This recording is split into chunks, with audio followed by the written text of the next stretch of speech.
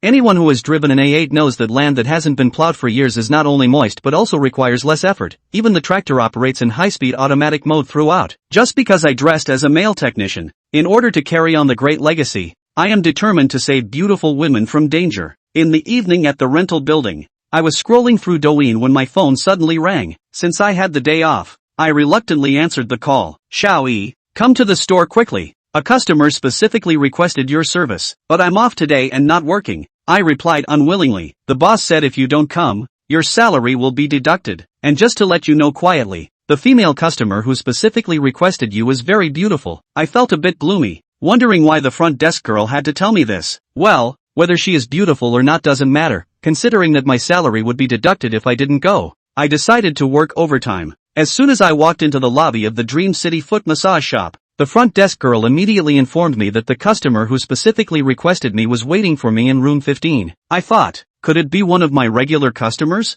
I quickly changed into the foot massage technician uniform and knocked on the door of the room, saying, "Hello, Technician Xiaoyi, room 88. A voice came from inside. "Come in." Pushing the door open, what came into view was a young woman in a qipao, looking to be in her 30s. She had long black hair, fair skin, and was very beautiful. It was clear that this woman was definitely either rich or noble. That kind of innate noble aura cannot be faked. However, I was also puzzled. This beautiful woman was not one of my regular customers. "Sister, sorry to keep you waiting. I believe this is my first time serving you," I asked tentatively, wanting to figure out why so many male technicians were not chosen. And she specifically requested me. "Aren't you curious why I only chose your service?" "I am a bit curious, because I came here specifically for you." The woman's words left me stunned. After all, it was truly my first time meeting such a beautiful woman. I've heard others mention that a new male therapist, number 88, has arrived here. He's handsome, young, and skilled. He can do anything as long as you pay. Now that I see you in person,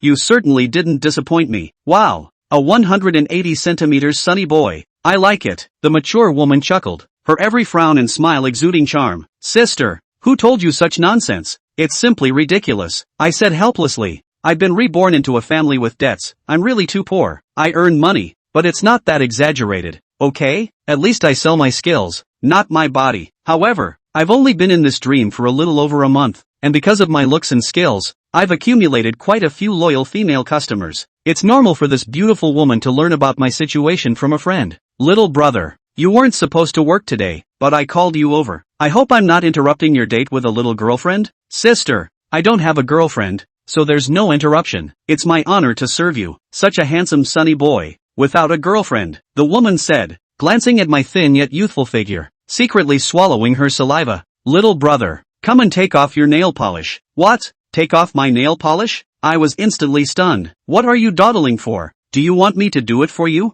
The woman looked at me with disdain. "No, sister, did you misunderstand something? Our Dream Foot Bath Shop is a legitimate establishment and does not provide special services." It seems this beautiful young woman took me for someone who provides special services, and is here seeking excitement. "Don't worry, sister, I won't let you do it for free. I'll pay more." To put it simply, the beautiful woman is not just thinking about me removing her nails, she mainly wants other special services. The reason the beautiful woman came to Dream is that she heard from a friend that there is a male therapist, number 88, who is sunny, handsome, and more refined than those male models in the club. Originally, the beautiful woman was just passing by with a skeptical attitude, intending to take a look, but upon seeing me in person, she was indeed attracted by my looks. After all, no woman can resist a tall, handsome, and sunny boy who is 180 centimeters tall. "Sister, it's not about the money. We are a legitimate foot massage parlor. Although my brother is a male therapist, we sell skills, not bodies. I hope you can understand," I quickly explained. From the look in the beautiful woman's eyes, it was clear that she seemed to have other thoughts about me.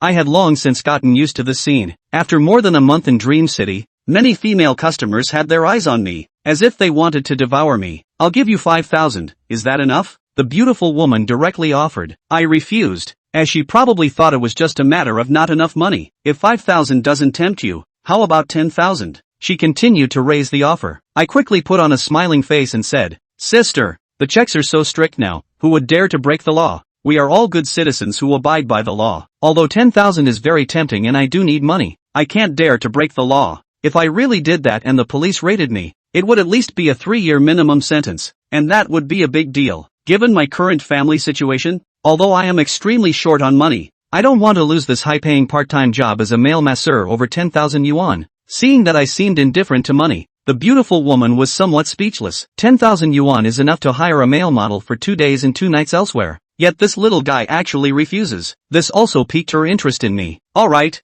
I won't make it difficult for you. Then introduce me to the special projects at your shop. Although she was slightly disappointed that there were no special services, it seemed that having a young boy like me give her a massage was also a kind of enjoyment. So I quickly took the project menu and introduced each one to her. Professional foot bath for 60 minutes at 128 yuan. Thai massage for 60 minutes at 198 yuan. Chinese Tui Na for 60 minutes at 228 yuan. Before I finished introducing, I was interrupted by the beautiful woman. Stop. Give me the most expensive one. Sister, the most expensive project costs over 2,000 yuan. What does that mean? Is sister the kind of person who is short on money? Alright, sister, wait for me a few minutes. I'll go prepare. I've been a male masseur for over a month, and no customer has ever chosen this project. The most I've seen is the 598 yuan package. I was calculating in my heart that if I finished this order, I could earn a few $100s. This overtime really wasn't in vain today. Not only could I make money, but I could also serve this top-notch mature woman. How delightful.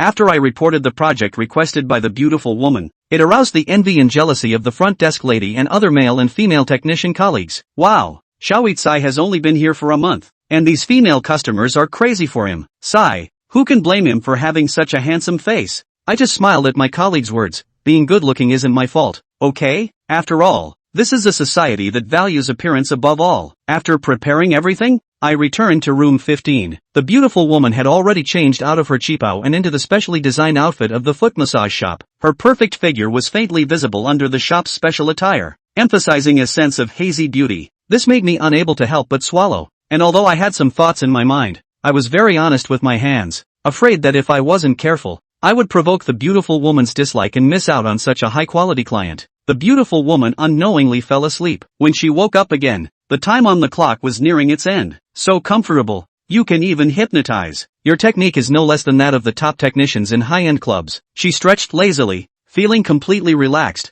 I'm quite satisfied. However, it seems like you have a bit of a timid nature. Even when I was asleep, you didn't dare to take advantage. Her beautiful eyes moved, seemingly teasing. Sister, I'm sorry, we are a legitimate foot massage shop and wouldn't dare invade a client's privacy. I said seriously. I've made some jokes with other female clients, but only if they are regulars. I really can't with this beautiful woman. It's her first time here, and I don't know her temperament. If I accidentally offend her, losing this customer wouldn't matter, but I'm afraid she might ask for compensation. Given my family's situation, we have no money, only our lives to pay with. You coward. It's the 21st century. And there are still pure-hearted boys like you. I actually have a bit of a liking for you. Big brother, get me the same package again. I didn't really enjoy it before I fell asleep. Adding more time. It's the same top-tier package, and I can't express how happy I am inside. Now, I have to carefully consider how to spend every penny, especially since I have a broken family. The second beautiful woman did not sleep, but lay there, fully enjoying my massage service. Little brother, you can go a little lower. It's fine. Just use a bit of strength. Since it was her request, I naturally had to meet the client's needs. Time quickly came to 8 o'clock in the evening, and the second session for the beautiful woman also ended. Little brother, are you interested in being my personal male therapist? Don't worry, the pay is much better than here. Although her words sounded pleasant, I quickly declined. I didn't know what kind of person this beautiful woman was, so I couldn't dare to be her personal masseur. To put it bluntly, being a personal masseur is just a way to be kept, right? Although I am indeed short on money now and wouldn't mind being kept. After all, it's about making money, which is not shameful. In this day and age, having money is the hard truth. But as for this beautiful woman, I think I'll pass. It was my first time meeting her, and she had an elegant demeanor. What if she was a criminal or a big shot in society? There might be a risk to my life, and it's uncertain. Yi Hao dare not joke with his life now. That broken home. Still, I'll count on him. Alright. I blame my sister for being impatient. The beautiful woman wasn't angry at being rejected by Yi Hao. However, my sister has really taken a keen interest in you, not to mention your face, but the way you do it, it's worth it. In that case, my sister will come back another day to take care of your business. It's already too late today. The beautiful woman changed into her Cheongsam again, and after paying for it, she was ready to leave when as if remembering something, he stopped again. No, brother. Why don't you let me recharge my card while my sister is interested in you? I went to those clubs before and they were all over me to get me to recharge my card. Sis, No need. Your money doesn't come from the wind. I'm already grateful to you for adding my clock. I feel that this brother is quite good at feeling sorry for people. With a twinkle in her eye, the beautiful woman decided, instantly, to charge a card for him. Who made this big sunny boy? With his good looks and maneuvers? And since the beautiful woman wanted to adopt him, she had to show some sincerity now. So she said to herself, gambling dad, sick mom, schooling brother, broken home, who will help him if I don't? Chapter 3, The Headmistress and the Schoolgirl. Wait a minute, it seemed like Yi Hao had heard this sentence somewhere before. Isn't that a reflection of yourself? However, his own dad was not a good gambler, and he himself had no brother, only a sister. Sis, you're investigating me? Yi Hao was startled. Ha, I made a wild guess and I guessed? That's what those technicians say when they want customers to recharge their cards in the TV shows I watch. Okay, feelings, this life, all become a must for a mechanic? Awkward. On the contrary, Yi Hao, really did have such a birth. Sis, there's really no need to charge the card. I'll be touched if you take care of your brother some other time. Yi Hao's words of desire to escape. The more the beautiful woman's desire to recharge her card was strong. Sis is not bad. Don't worry for me. Charge me 30,000 first. Sis will come back and order you some other time. By the way, that thing Sis said, being Sis' personal masseuse, you can take your time to think about it. When all was said and done, the beautiful woman charged 30,000 straight in. Her generosity, her bravado, staggered a group of technicians inside the Mengdu foot bath store directly. No, I've seen the rechargeable cards, but I've never seen an unsolicited card recharge. Everyone else charges 4,000 or 5,000, but she charges 30,000? Bull. Yi Hao is a real cow. Sister, I also have a broken home. Why don't you see how I am? I'll be an ox and willing to serve you. Immediately, there was a male technician in the store, who took the initiative to offer to be the beautiful woman's personal masseur. However, the beautiful woman just squinted at him and vetoed it outright. If you're as handsome as he is, as young as he is, and as maneuverable as he is, it's not impossible for me to consider it. Sister, compared to maneuvers, I'm really not afraid. The male technician was instantly confident. The technique is secondary, and I, for one, am mostly about the face. The meaning was obvious. The beautiful woman was looking at Yi Hao's youthful good looks. Mengdu foot bath store first handsome. Yi Hao deservedly, and even his face, more than many male models are handsome. This point, others really cannot compare. So this male technician just gave up. Brother, how much is your WeChat? Sister add 1. Come back to you some other day. People ordered 2 of the most expensive clock, and gave Yi Hao charged 30,000. Not just add a WeChat. Well, Yi Hao quickly agreed, without even thinking about it. This man, who is a cash cow, certainly can't be offended. When the beautiful woman leaves, a group of co-workers all gathered around. Yi Hao, are you stupid? Why don't you just agree to be her personal mechanic when she's such a generous rich woman and is mega good looking? But if I had your life, I wouldn't even bring hesitation. I'd be willing to let me serve her every day. Right, Yi Hao? To be able to eat soft rice? That's also a skill. To be able to rely on face value to eat. You prefer to rely on technology? Ha! Yi Hao didn't want to explain the words of his co-workers. A soft meal? Yi Hao is willing. It's only stupid 13 who can't live with money. But eating the soft rice of a woman who didn't know her specific identity, Yi Hao didn't dare. He wasn't alone. There were his parents, his sister, all had to rely on him. So Yi Hao didn't dare to gamble with his life. This way, the beautiful woman returned home and her family lived in one of the top villa areas in Jiangnan City. Just pushing open the door, the beautiful woman saw the living room, wearing yoga pants, practicing yoga along with the video of her daughter. Like mother, like daughter, the beautiful woman was born so good looking. Her daughter was naturally not bad either. Beautiful woman, named Shin Mengyun, 45 years old, is Jiangnan University, only this year transferred over the new president, and her daughter, named Shin Yue, aged 21, is a third-year student of the finance department of Jiangnan University, and also one of the most beautiful school flowers. In addition to being the school flower, Shin Yue is also Jiangnan University's most coldest school bully, rejecting people outside the kind of cold. Jiangnan University. There are countless people chasing after her. However, in Shin Yue's heart, none of them could be looked at. Even looking at others, she was too lazy to look. Seeing her daughter practicing yoga, Shin Mengyun's heart was filled with envy. Her daughter was in the prime of her life, and that body, that watery skin, was the envy of her. However, it's a good thing that Shin Mengyun takes good care of herself, and at 45 years old, she looks like she's in her 30s. When she saw her young daughter, Shin Mengyun immediately remembered Yi Hao. The No. 8 technician at the Mengdu foot bath shop. He is equally youthful and smells of attractive hormones. Mom, are you horny? I'm practicing yoga. What are you looking at me like that for? Seeing her mother staring at her, Shin Yue directly blanked her. Asterisk asterisk asterisk asterisk off. You're not a guy. Don't make fun of your old mom. Daughter, Mom asked you something. Retrieving her thoughts, Shen Mengyun looked at her daughter and asked, what's up? Say what you have to say. Don't keep me from practicing yoga. As if inherently high and cold, even speaking to her mother, Shin Yue was not very polite, but her mother had long been used to it. Do you think that Mom still looks young? Being young, everyone else thinks of us as sisters. Then do you think that it's a shame for Mom to want to find a man? Speaking of this, Shen Mengyun's cheeks reddened slightly, somewhat oddly embarrassed. Mom, there is no shame. When you were young for the cause, and my untalented father divorced after, have not looked for a man, and now you have been in a high position. Find a man is human nature. Who dares to say anything? Well, what if Mom gets a little boy? Shay, 70-year-old men can marry little 18-year-old girls. You're only 45. Why can't you find a little 18-year-old man? Aha, daughter is supportive? This surprised Shen Mengyun.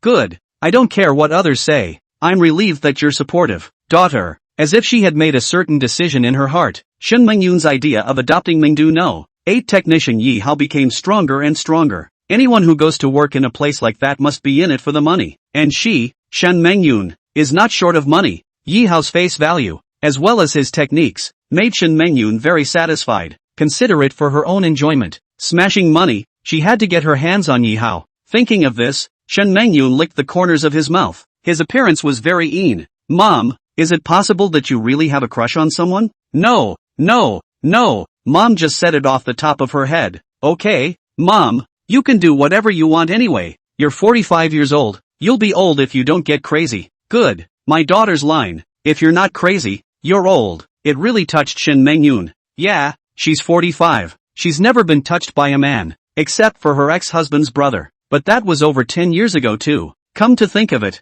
she's already halfway through life's short 80 years. Immediately, Shen Mengyun took out her cell phone and sent WeChat to Yi Hao. Brother, sisters speak plainly. Sis has her eye on you. After all these years, you're the only man Sis has ever looked at. Sis wants to wrap you up. Chapter 4, Adoption. I want to keep you? When Yi Hao saw these WeChat messages, he was giving a massage to a customer. No, this beautiful woman doesn't even act anymore? The conversation went straight from personal masseuse to package, to be reasonable, such a beautiful young woman. If something happened, Yi Hao naturally did not mind. A young woman, or a beautiful young woman, that's what many men dream of. The main thing is that people have money. No point in looking at the service which is of the highest grade. The rechargeable card is $30,000 out of the gate. That kind of financial power is evident. But the problem was that Yi Hao didn't know her. Sis, thank you for looking up to me. I honestly don't know what's so good about me. Yi Hao didn't dare to refuse directly and replied politely. Brother, you're handsome and you maneuver well. That's one thing.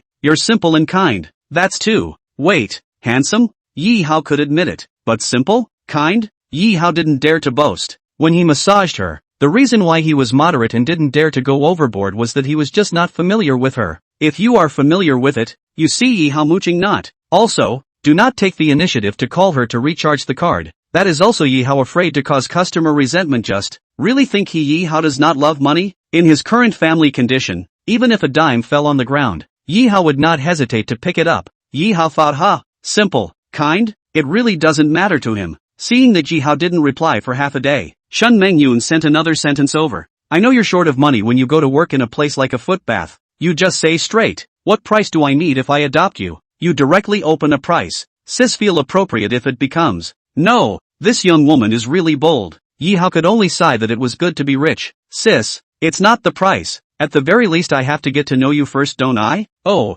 you're afraid that your sister will sell you as a koan, right? Shen Mengyun laughed. However, it was normal for human Yi Hao to have this worry. Of course, Shen Mengyun wouldn't tell Yi Hao that her true identity was the new president of Jiangnan University. If this gets out, the president of a 985 university keeping a mistress? It would definitely cause a bad social reaction. There was also the point that in case Yi Hao knew her true identity and used it to blackmail her for more benefits, it would not pay off. So, after thinking about it, Shen Mengyun made up a false identity that, you can call me Sister Yun. I'll tell you the exact name later. But don't worry, Sister is not a bad person. Sis is in engineering. Sis got divorced early and was busy with her career. so she never had a man around. Now that sis has a successful career, of course she wants a handsome little man to keep her company. Engineering? If that's the case, it makes sense to have money in class. Whether in my previous life or this one, there are quite a lot of female bosses who are engaged in engineering. Yi Hao took it as a tentative belief that she was right. When a man has money, he takes a lover. It's not unusual for a woman to have money and want to bag a gigolo. Women are human beings. They have physical needs too. Sister, then if you adopt me, what do I need to do for you? Yi Hao asked. It's simple. If you're around to accompany sis when she wants it, whether it's a massage, or something else shy, not necessarily, but, for a month, stay with me no more than 4 times. Do you think that's acceptable? 4 times? Shin Mengyun said more than enough. Now that she's the new president of Jiangnan University, there's bound to be a lot going on. It's either a meeting or on the way to a meeting. Every month, even if Yi Hao gave her once, Shen Mengyun felt satisfied. Once he heard that the beautiful woman didn't want much each month, Yi Hao was really moved. Whether it was a massage, or something shy that happened with a beautiful young woman like her, Yi Hao didn't mind. Sis, are you sure? No more than 4 times a month? Sure as well as sure. And when you're busy, sis won't have to push you. Not more than 4 times a month, so count them as a maximum of 4 times. Yi Hao also felt that it was feasible. Now he is really too short of money. The cost of my parents' rehabilitation, as well as my sister's upcoming school year and my own daily expenses, is a big one. Sister, then how much price can you give me? Yi Hao didn't dare to make a price himself, afraid that asking for too much would scare people. Every month, can I give you $50,000? Also, I have a vacant house in downtown Gangnam that no one lives in. We'll meet there every time, and you can move in as well. That house, to put it bluntly, was a place for the two to meet in private. Yi Hao had his own parents to take care of, and he had rented his own suite, so he definitely wouldn't go to live there. But no more than 4 times a month for 50k price? It's really tempting. Money is made and people enjoy it. It's literally 100% heartwarming. Sis, I'll pass on the house. 50,000 a month. No more than 4 times. I'll do it. But empty words are no proof. Why don't we make a note of it? Don't you think so? Yi Hao's words, if it was someone else, Shen Mengyun would definitely directly pull the plug.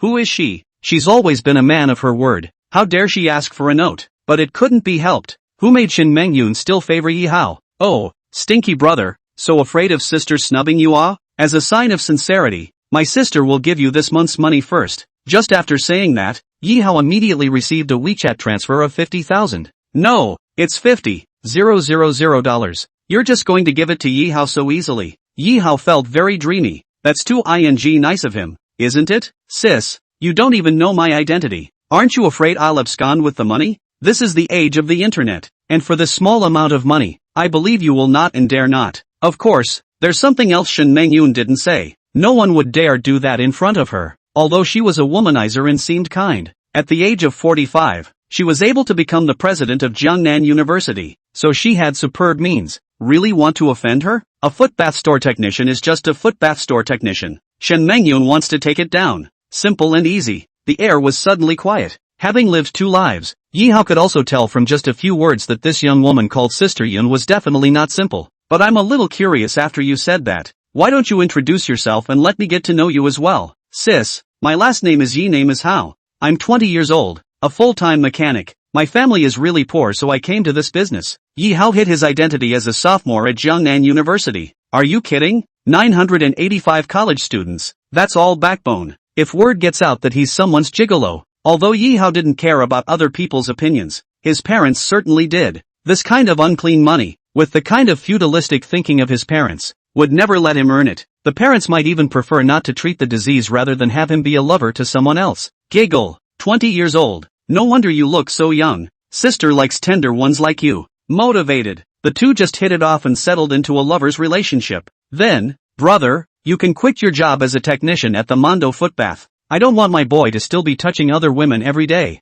Know what I mean? Chapter 5, Resignation. What does the beautiful woman mean? Yi Hao surely understands if one becomes someone's lover, then one is their exclusive. Not only do guys have cleanliness fetishes, but women do as well. No one can do without minding their lover looking at, and touching, another member of the opposite sex every day. In Mundu, working hard, 20,000 a month at the top. For example, last month, Yi Hao took 18,000 salary. Nowadays, you don't have to do anything. I'll just this Sister Yun, and up to 4 times per month. Just get a 50,000 paycheck. It's so much better than being exhausted in Mundo. Since people mind that they work at Mondo, so what's the lesser of two evils for 50,000 bucks a month? It's clear as day. Sister, I'll resign today, and from now on, my hands will be at your service only. At that moment, Yihao directly without hesitation, decided, in order to this Yoon's sister, quit the dream all foot bath store male technician work.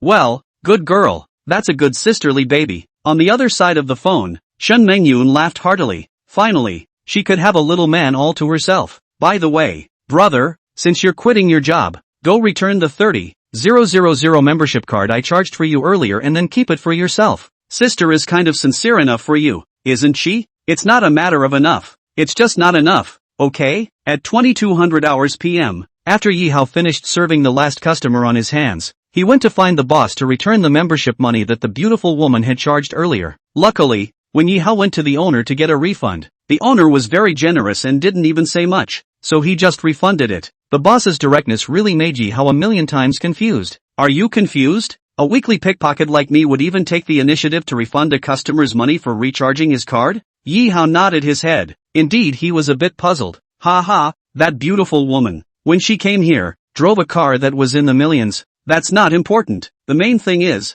her license plate number, Jianghe 6688. This kind of license plate is not something you can usually get, so I can't afford to offend. The boss's explanation did make Yihao understand that the beautiful woman was really powerful. It didn't seem like a loss to be adopted by her and become her lover herself. Boss, I have another question. I'm planning to leave my job. I worked 5 days this month. Can I get my paycheck back? Even if he currently had the $80,000 from the beautiful woman in his hand, Yihao had to ask for more than 5,000 commission for a few days at work. Still, right now, he's desperately short of money. Yihao, you're not mistaken. Are you leaving your job? You are our store, the most promising male technician. It won't be long before your salary breaks through 20,000, 30,000. That's also very normal. What gave you the idea of leaving your job all of a sudden? The owner was very confused and, for Yihao, she's been mean and scolded. But Yihao is also her most favored male technician, and she is almost cultivating her as if she were a dream sign.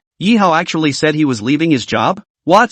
Yihao is leaving his job. In addition to the boss being surprised, the other co-workers in the store were also a bit shocked. Yihao, when he came before, that was the most diligent and studious person. No matter how much money the customer ordered for the clock, Yihao is not to be denied. It is money to earn, but it's only been a month or so, and he hasn't made much money, and he chooses to leave his job? Yihao, I know, is it because you agreed to become that beautiful woman's gigolo, so you can't see the work here? A co-worker asked as an aside. Naturally, Yihao definitely wouldn't tell them, so just let them guess. Anyway, after leaving Mundo, these people, in the future, should not be able to meet each other. Besides, coming to work here, Yihao had never reported his real identity. These co-workers, who didn't even know he was a student, were here for a part-time job. Boss, something happened in my family and I have to go back home, so it had to be a resignation. You know, I'm poor, so could you give me my salary for the past few days for the sake of the month or so? And the fact that I brought in quite a bit of revenue for the store as well? Seeing as Yihao was speaking very seriously. Plus, the boss isn't exactly a stone-cold heartbreaker. She finally agreed to pay Yihao's salary for the past few days. The owner was sorry, though. Yihao, come back after you've dealt with your family's business. If you can continue to come to work, Mundo Footbaths, although the store is small, the door is always open for you. You will always be the number 8 male mechanic of my dreams. The lady boss just talks too much, and she's stirring things up. Yihao also knew that it was because he was valuable. For example, a few days ago, a poorly performing mechanic left his job, but the boss didn't even hang on to him. What salary? You want a paycheck for leaving of your own accord? Hootie. So, people are really different from each other in terms of value. This was also the reality of society, which Yihao could understand. Looking at everything in the Mundo Footbath, although Yihao was reluctant to give up, but again, this place is like a passerby compared to being begged by a beautiful woman. It was also just a small resting point in Yihao's life. After greeting the boss and his co-workers one by one, Yihao carried his things and left the Mundo Footbath. His departure was greeted with joy by some and sadness by others. The joy, naturally, is that some of the male technicians, with Yihao around, most of those female customers, most of them were his Yihaos, and they couldn't get a piece of the pie, so they naturally wanted him to leave. And sadly, besides the boss, there was also a female technician who had a better relationship with Yi Hao. Technician number 6. Su Wenting. Su Wenting, a breath of fresh air amongst the female technicians of Mundo. She was elegant, graceful, and extremely beautiful in appearance. If you really want to describe how beautiful she is, there's only one person to compare it to. That was Jiangnan University's most supercilious schoolgirl, Shen Yue. Su Wenting, face value and figure, is pressed not to lose the Zheng University school flower Shen Yue, and Yi Hao came to Mingdu footbath shop for more than a month. Also thanks to Su Wenting care, as well as teaching many of the massage techniques and maneuvers, Yi Hao actually learned from Su Wenting. Originally, today's Su Wentian, her clock was full, but unintentionally, after learning that Yi Hao had resigned, she immediately took a few minutes off from her customers. Su Wenting trotted and chased out of the Mundo footbath, seeing Yi Hao, not far away in the darkness of the night. Su Wentian immediately called out to him, "Yi Hao, you really aren't enough of a friend, resigning, without even saying hello to me." Su Wenting's voice sounded behind Yi Hao, and Yi Hao, who hadn't gone far yet, immediately stopped in his tracks. Turning around, a stunningly beautiful figure was standing at the entrance of the Mundo footbath shop, her hair slightly disheveled by the wind. She was beautiful, but Yi Hao had never coveted this being who was also a teacher and a friend, because all he wanted to do was get money, and his family circumstances didn't allow him to think about anything else. As for Su Wenting, although she hadn't said anything about her life either, but coming here to make a quick buck surely wouldn't be any better. So, the two have always treated themselves as friends. "Sorry, I thought you didn't show up for work today. I'm also prepared to give you a word inside WeChat some other day, and then invite you to have a meal, to thank you for helping me over this month or so." Yi Hao stood still, letting the breeze brush his face, and smiled as he explained. "Yi Hao, where are you planning to go after you leave Mingdu?" Didn't I tell them? Something happened at home. I went back home." Lying to his friends, Yi Hao was helpless. For the time being, he didn't want others to know that he was a student of Zheng University. "Yi Hao, then in the future, will you still come to work at Dream Capital?" "I don't think it's coming. I'm not going to be a mechanic anymore. So, will we ever see each other again?" Chapter 6, Decisions. Su Wenting's words instantly gave Yi Hao an indefinable feeling. Will I see you again? This Yi Hao really didn't know. Gangnam University. It's at least 40 kilometers away. And the Mundo footbath. It's in the middle of nowhere. If nothing happens, Yi Hao should not come back. We'll see you again. Didn't I say? When you're free some other day, I'll also treat you to dinner to thank you for taking care of me and helping me during this month or so. After saying this, Yi Hao had a slight loss inside. Perhaps, after inviting Su Wentian to dinner, there was a real possibility that they wouldn't see each other again in the future. Now that he has become exclusive to the beautiful woman, Sister Yun, he naturally has to draw the line with other women as well. In the huge Jiangnan city, if it was not intentional, it was not easy to meet someone by fate. Alright then, Yi Hao, back to chat. I'll let you know when I'm free. Anyway, you're one meal short of me. That's what you said. Oh. After saying that, Su Wentian turned around and left. The emptiness inside was known only to her. She's been ostracized by many of her female co-workers as the prettiest female mechanic in Mundo. It's like Yi Hao being ostracized by his male co-workers. That's why the prettiest of them all, she was able to become friends with the most handsome, Yi Hao, at the Mundo foot bath. Now that Yi Hao was gone, she was the only one left still fighting here. The road home, before Yi Hao felt very short. That is because there is a goal to strive for. They have to work hard to make money. Tonight, however, felt long to him. Whether it was a blessing or a curse to be adopted by a beautiful woman, Yi Hao had no idea in his heart. You are free, and in the future, you will no longer accompany me to fight together. Yi Hao opened the shared electric car that he had locked to death. The reason why it's locked up is naturally because I'm afraid it'll be ridden away by someone else. Tonight,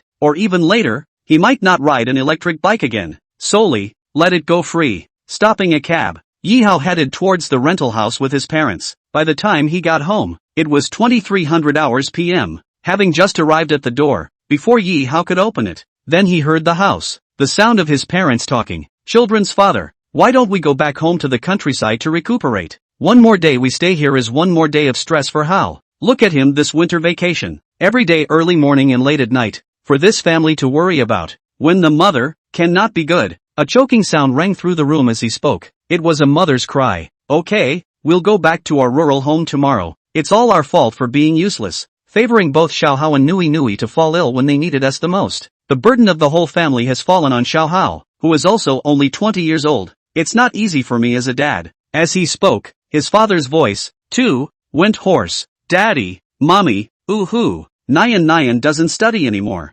Nyan doesn't want her brother to be so tired. In the future Nyan will go out to make money and help her brother share the pressure. Woo-woo. Inside the house. Originally at first there was only the sound of the parents talking. Who knew that his younger sister, Nui, was also not asleep, and she was also resonated by the emotions and cried along with his parents. Yi Hao, who has long since integrated into the family, pushing the door open, he walked right in. Mom, Dad, Sis, I'm off duty. I heard what you all just said. While saying this, Yi Hao squatted down and hugged his sister, helping her wipe away the teardrops from the corners of her eyes. How? You're about to start school too. When school starts, you don't go to work. Our family, it's hard to get a 985 college student. You have to focus on your studies. As for the expenses of the family, we will find a way when we return to our rural home. Even if we sell our fields and land, sell our pots and pans, and even if we borrow usurious loans, we must let you graduate successfully. The father lowered his head and didn't dare to look at Yi Hao because he didn't have a clue in his heart either.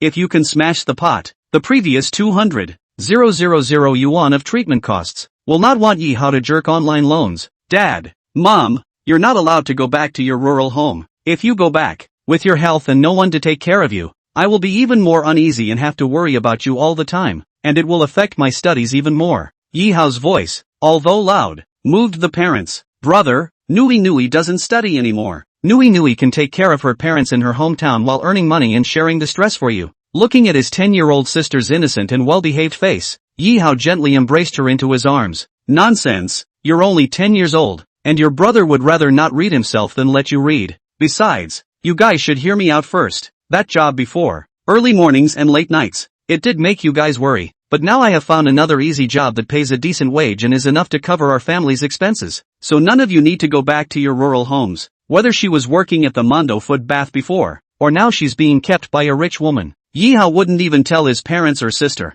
They're Yi Hao's scales. They're all Yi Hao has. Report the good news, not the bad. This has always been the norm for sons of men. How? Don't tease us. Our presence here will only add to your burden. The expenses in the big city are too big. Back home, we eat and live. We don't need to spend money. It's good to help you relieve a little bit. Besides, Nui has to go back to school in the countryside, and her school is about to start. So if she stays here, she won't be able to go to school. As soon as his mother finished speaking, Yi Hao immediately remembered a problem. Yes, it seems like my sister can't really go to school if she stays in the city of Gangnam City. My sister has a rural school record and attends elementary school in my hometown, and no primary or secondary school in the big cities accepts children with rural schooling. That's a pretty serious question. If you want to leave your parents and sister inside the city, your sister's schooling will be a real problem. Thinking about this, Yi Hao frowned, and for a moment, he didn't really know how to solve this problem. As if he could tell what was on Yi Hao's mind, father rushed to strike while the iron was hot. How?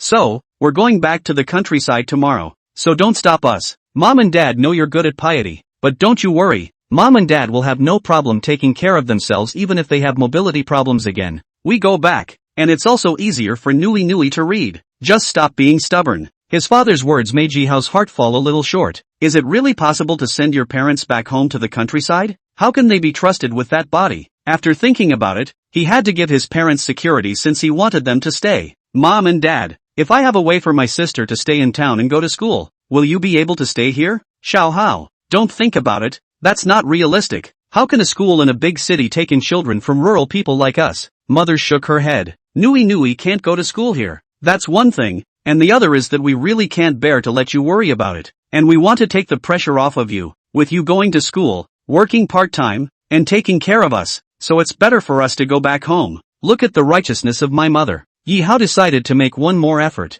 Mom and Dad, let's make a deal then. If at the end of the day my sister can stay here and go to school, you guys don't have to go back home, okay? Seeing that Yi Hao was full of seriousness and stubborn, his parents couldn't bear to reject him. Okay, if Nui can't go to school here then you should stop stopping us from going back home. Good. Yi Hao nodded. No matter what, he had to find a way to get his parents to stay, and he was relieved to have them by his side. So, whether or not my sister could stay and study in the city was a key question in determining whether or not my parents would stay. Chapter 7, Conditions. The following day, a sliver of rising sunlight, through the window, shining on Yi Hao's face. Yi Hao hazily opened his eyes and, he rushed to get up because, well, he had something important to do. Today is the 10th day of the first month. After the Lantern Festival, not only his university is going to start, and my sister's elementary school, likewise, is about to start. The most important thing at the moment is the question of my sister staying in the big city to go to school. Yi Hao took out his cell phone and checked the nearest few elementary schools near the rental house.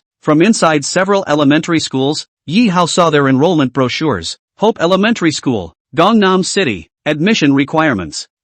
6 years of age or older. 2. Guardian with urban household registration in Gangnam City. 3. Integrity of students. 4. Several elementary schools are in essentially the same poor condition. All of these conditions are met by my sister, but there is only one point, and it is the most important one, and that is the guardian's household, which is not a town household. The town account. That's good and hard to do. It means that you need to buy a house inside the city so that you can move your hukou from the countryside to the city. Yi Hao was a college student at Jiangnan University. His account could have been moved to the city by the school, but his parents are still alive and he can't become a guardian. And the parents' hukou, which is rural. Buying a house? Jiangnan City, as one of the top 10 cities in the Great Summer Kingdom, was ridiculously expensive. The worst, a square meter. That's 3 or 4 dobs. Even if Yi Hao now has more than 80,000 in his hand from the rich woman, it is only enough to buy a 2 square meters. What should I do? Buying a house and transferring your parents' accounts is obviously unrealistic, and you don't have the strength to do that for a while. Immediately, Yi Hao called one of the elementary school principals again. It's not like you can't go to school. You guys take 200,000 out and I'll cover this. Principal, can it be less? Rural people, really poor. Humble Yi Hao. Online help for the principal. No less. This is the lowest price. Holy, you're going to charge $200,000 for an elementary school? It's still the lowest price. Yi Hao was somewhat speechless. However, he called several other elementary school principals and got the same answer. $200,000 minimum. There was even a slightly better elementary school that offered $300,000 for it. Ha, Nima, really don't let the rural people live, do you? Yi Hao was helpless. There was really no way out. He only had to take another look at the schools that were farther away from the rented room. Lit. When the roof leaks, it rains all night. Yi Hao was worrying about his sister's matter, but at this time, the beautiful woman, Sister Yun, sent a WeChat. Yi Hao man went numb. Does the rich girl want him today? But there was nothing to be done about it. Who had taken the money and was already someone's mistress. Opening his cell phone, Yi Hao saw a message from Sister Yun. Yi Hao, are you there? Yes, Sister Yun. Yi Hao reluctantly sent a message over. Are you free today? Free. Originally, there was no time. Yi Hao was worried about his sister's birthplace to go to school in this matter, but he was afraid of offending the Gold Master father, and he could only say that he was in. It's good that I'm free. My sister wants to go somewhere today. You accompany me there. Oh, good. Anyway, Sister Yun said that she'd stay with her no more than 4 times a month, so if we use up one today, we'll still have 3 more times this month. It's good to use up this month's times early. Otherwise it would be a real delay if this rich woman wanted herself when she was on the wrong side of the school year and was in the middle of classes. So Yi Hao readily accepted. Sister Yun, where to? Send a coordinate. You send it to me and I'll drive over and pick you up. Having a rich woman pick herself up? Think about it. Yi Hao didn't want his parents to know about him. Moreover, although this was Yi Hao's rented house, for the time being, it was also considered Yi Hao's cozy home. He also didn't want the rich woman to know where he lived. Sis, just so there's no hassle, you go straight there and I'll take a cab. It'll save time. That's fine. I'll send you the location. I'll go over there first and wait for you. Just make sure you get there within an hour. Seeing the location sent by the rich woman, it was a tourist attraction called Westlake. Okay. This is Jiangnan City, and Westlake is one of the most famous natural lakes in Jiangnan City, and even in the whole of the Great Summer Country. Scenic and beautiful. Come to think of it, neither in his last life, nor in this one, had he ever been to Westlake. If the rich woman opens a hotel there and wants Yi Hao to serve her, hooty, this rich woman is really enjoying herself too, but it's not a loss when you think about it. Fortunately, Yi Hao had changed into a casual outfit. Nui, my brother is going out for a trip and I don't know when he'll be back. You take care of mom and dad, haha. Brother left you $500. After greeting his sister, Yi Hao took a taxi and left. Maybe it's the coming of spring, plus it's a beautiful sunny day. Looking out of the cab, down the street, countless girls, beautiful and ugly, wearing super short shorts. Let a pair of long white legs soak up the warmth of the sun, though the view out the window was somewhat captivating, with those long legs that could evoke countless fantasies, but Yi Hao was obviously not in that mood to appreciate it. It's a waste of time to look at something that doesn't belong to you.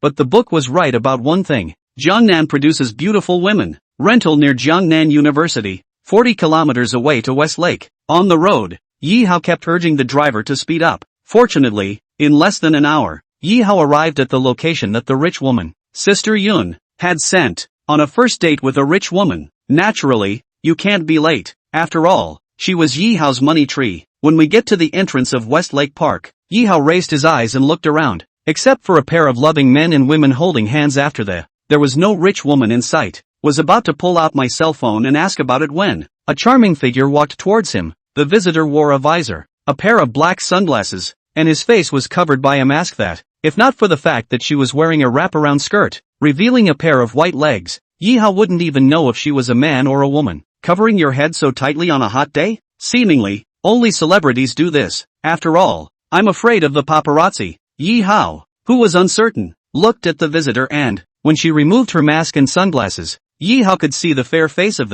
this person, is Sister Yun. I have to say, today's Yun is pretty good looking. In the light of the sun, her uniquely feminine sensuality, combined with her 168 height, not too fat and not too thin, everything seemed to fit just right. Fascinating. Brother Yi Hao, what's the matter? Don't you recognize your sister? Sister Yun snorted and removed her sun hat again, revealing her short shoulder-length hair, which had an even more flavorful and mature charm. Sis, you look so young in this outfit today, I almost didn't recognize it was you. Yi Hao hurriedly complimented. Gee, what a sweet mouth. Go, accompany your sister inside for a stroll. Sister once, too, wanted to leave traces of her youth here, but in the end, the past was not to be remembered and that wish was not granted. If you but make your sister happy today, she has a reward. Chapter 8, Matters of the Heart. There's a reward? It's nothing more than a perfumed kiss. This plot was familiar to Yi Hao. In my previous life, inside the TV show, that's what the girls said. However, Yi Hao also wanted to keep her company and happy. He's in a hurry about his sister's school enrollment. If Sister Yun, the beautiful woman, is happy, she can pay him 4 months' salary in advance. That is, 200,000 yuan, so that the matter of his sister's school enrollment will be taken care of. Sis, let's go in then. With a rich woman, naturally Yi Hao didn't need to spend any money. What with the tickets and all, it's all paid for by rich women. After walking into the main entrance of West Lake Park, Sister Yun put on her sun hat again, as well as her sunglasses and mask. The curious Yi Hao still couldn't help but ask, Sis, it's over 20 degrees today. Aren't you afraid of the heat? I'm afraid of the heat, but I'm more afraid of getting a tan. Of course, a tan is just an excuse for. Most of all, Yun was afraid of being recognized. After all, her current status was the new president of Jiangnan University. The president of a 985 university can be more than just a chancellor. In other places, that also has important positions. So Yun had to cover her face. West Lake Park is full of people and tourists. There will always be people who know each other. It's also a precautionary measure. Not to mention, with her status, a private meeting with her young lover? Just for fear of being taken for a ride by someone with a heart of gold. It's always good to be a little cautious. Brother, can I hold your hand? Like those regular couples. It's just holding hands. Of course it's a small problem. Yi Hao directly took the initiative to pull up her hand. Anyway, the main one is good for making rich women happy. Although he didn't know Sister Yun's exact age, Yi Hao didn't dare to ask. After all, age is a major taboo for women. Her hands, however, were indeed very tender. Nothing less than a 20-something kind of teenager. Being held by Yi Hao's hand, Sister Yun was not in discomfort. On the contrary, the warmth coming from Yi Hao's hand made Sister Yun enjoy the feeling. Subconsciously, she exerted herself even more somewhat, holding Yi Hao tightly, fearing that if she didn't pay attention, she would let go. Alas, my sister's only regret is that she didn't have a great love affair in her youth. When sis has everything, then she wants to come back and grab these things, but it's a bit overwhelming. Sister Yun seemed to have sighs of relief and regret. Sister, it's not too late. In my heart, you'll always be 18 and everything just right. Ugh, this little mouth was so sweet that it made Sister Yun love it. The two walked and talked. Occasionally, Yi Hao would even take the initiative to take a few pictures of her as a souvenir. Occasionally, Yi Hao would ask passers-by to give the duo a joint shot. They are, like, regular couples. For Sister Yun, at this moment, she was very happy, recovering the lost youth kind of feeling. But for Yi Hao, he didn't feel it. He's doing all this just to please the Golden Father and the God of Wealth. Even if at this moment, he was like a licking dog, needing to do his best to please Sister Yun. But for the sake of money, for the sake of his family, Yi Hao didn't care. Who made him, the traveler, counted as the most failed traveler? Nothing at all. Brother, come and chase me. Brother, look over there. The kite is flying so high. I want to fly a kite too. Okay, brother will go and get it for you. And brother will make his sister the happiest girl in the whole world. On the side of the road, the conversation between a pair of 10-something-year-old siblings made Yi Hao briefly stop for a short while. It was as if his thoughts had been jogged by some memories, not to mention the last life. In this life alone, his own sister, Nui, didn't even seem to be able to fly a kite, did she? Everyone else would have had a carefree, happy childhood, but his own sister, born in the countryside, he even preferred not to study, and didn't want him, Yi Hao, to be too tired and to share the pressure for Yi Hao. Every time he thought of the well-behaved and understanding Nui, Yi Hao felt very sorry in his heart. Don't tell me to make my sister the happiest girl in the whole world. It was even that. Even allowing his sister to stay and study in the city of Jiangnan City, Yi Hao felt lackluster. Failure with a capital F. Make money, even if it's humble. My parents are sick and I want them to recover. I have to make up for the happy childhood my sister lost. After a trace of displeasure flashed across his face, Yi Hao hurriedly regained his composure. The main problem plaguing the family right now is a lack of money. Yi Hao, what are you thinking? Seeing Yi Hao's brief moment of distraction, Sister Yun opened her mouth and asked, Sis, nothing, let's keep walking. Where were we just talking? Let's keep talking. Yi Hao held Sister Yun and prepared to continue walking. However, he realized that Sister Yun was standing still. It's hard to believe that he had just lost his concentration for a short while. Made Sister Yun unhappy? Yi Hao was a bit scared. If he made the money tree unhappy, then the matter of letting her advance her salary would definitely be out of the question. If you can't get an advance on your paycheck, there's no hope for your sister to study in Gangnam City. Immediately, Yi Hao hurriedly apologized. Sis, I'm sorry, just got certain images that brought back memories. I'm sorry, look, just don't sweat the small stuff, okay? The humble Yi Hao looked somewhat helpless. Yi Hao, let me ask you, is there something on your mind? Sis, no. Yi Hao, to be honest, sis doesn't want you to come out to accompany me with something else on your mind. This Sister Yun doesn't seem to be a simple person either. One has something on one's mind, and one is seen by others. Well, I'd tell her about it sooner or later anyway, so I might as well tell her early now. If she doesn't want to, then we'll find another way. Sister, I say, here's the deal. I'm looking for a 4-month advance on your salary. In return, I'll do whatever you want me to do, as long as it's not life-threatening. After Yi Hao finished speaking, he looked at Sister Yun in embarrassment. I'm not afraid of anything else, but I'm afraid of offending the family. After all, in his capacity, he was just an adopted lover. How could he be qualified to make conditions? 4 months advance. That's 200,000. You're quite the lion's share. Ugh. Sister from you, did not even get any benefits. You dare to mention this kind of request? Apparently, Sister Yun seemed to be a bit angry. Although her expression could not be seen as it was covered by the mask, it was audible from the tone of her voice. Sis, I'm sorry, I know that's a lot to ask. If you don't want to, forget it, it's not a small amount after all. Let's not talk about this anymore. You can pretend I didn't say anything. The others were unwilling. Yi Hao did not dare to force the issue and wanted to just uncover it. Did I say I didn't want to? Just out of curiosity. What do you need all that money for all at once? Is it hard to take my sister's money and quietly raise a little girlfriend? Keeping a little girlfriend? This was really wronged. Yi Hao didn't dare to think like this, but it seems like things are still turning around. Immediately, Yi Hao once again said, Sis, I'm your man. With your money, how dare I do that kind of immoral thing? I urgently need the money because my sister, she rural elementary school registration. In order to facilitate the care of her, I want her to come to the city of Jiangnan to study. Seeing as it's close to the beginning of the school year, but the school is asking for a minimum of $200,000 to get in. That's why I risked offending you by opening this with you. Looking at Yi Hao's serious expression, Yun did know that he wasn't lying. Moreover, this kind of primary and secondary school spending money on school registration is quite common in the whole of the great summer country. That's it.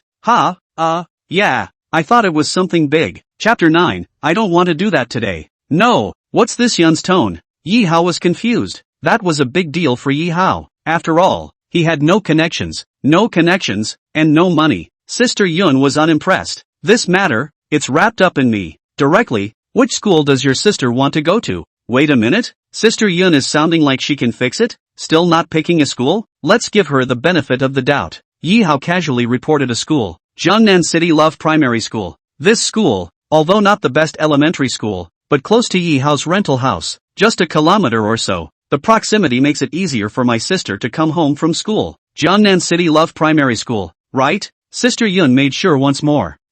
Right. Yi Hao hurriedly nodded his head. Okay, turn around. Send me your sister's information. I'll get it for her. Sister Yun remained cloudy and didn't take it seriously. Just this? Sister Yun is just a word away. She's got that power and it's costing her nothing. If she gave the word, not to mention the Jiangnan City Love Primary School, even the principals of the best primary and secondary schools in Jiangnan City would have to lick their faces to flatter her. Sister, are you sure you're not joking? Yi Hao asked again. Of course, sis isn't someone who looks like she's joking. This school costs $200,000 and I owe you money that I will slowly pay back later. No need. You don't owe me any money, and it won't cost me anything to get your sister in. Zundu? Yi Hao harbored a half-hearted attitude. Can you not spend money? That's naturally the best. However, seeing that this sister didn't look like she was joking, Yi Hao could only pretend to believe it. Sister, if my sister can be allowed to go in and study, I will keep your goodness in my heart. Yi Hao could only say so. After all, he didn't have any money right now. At most, he would sell out a little bit when he was shy with his sister.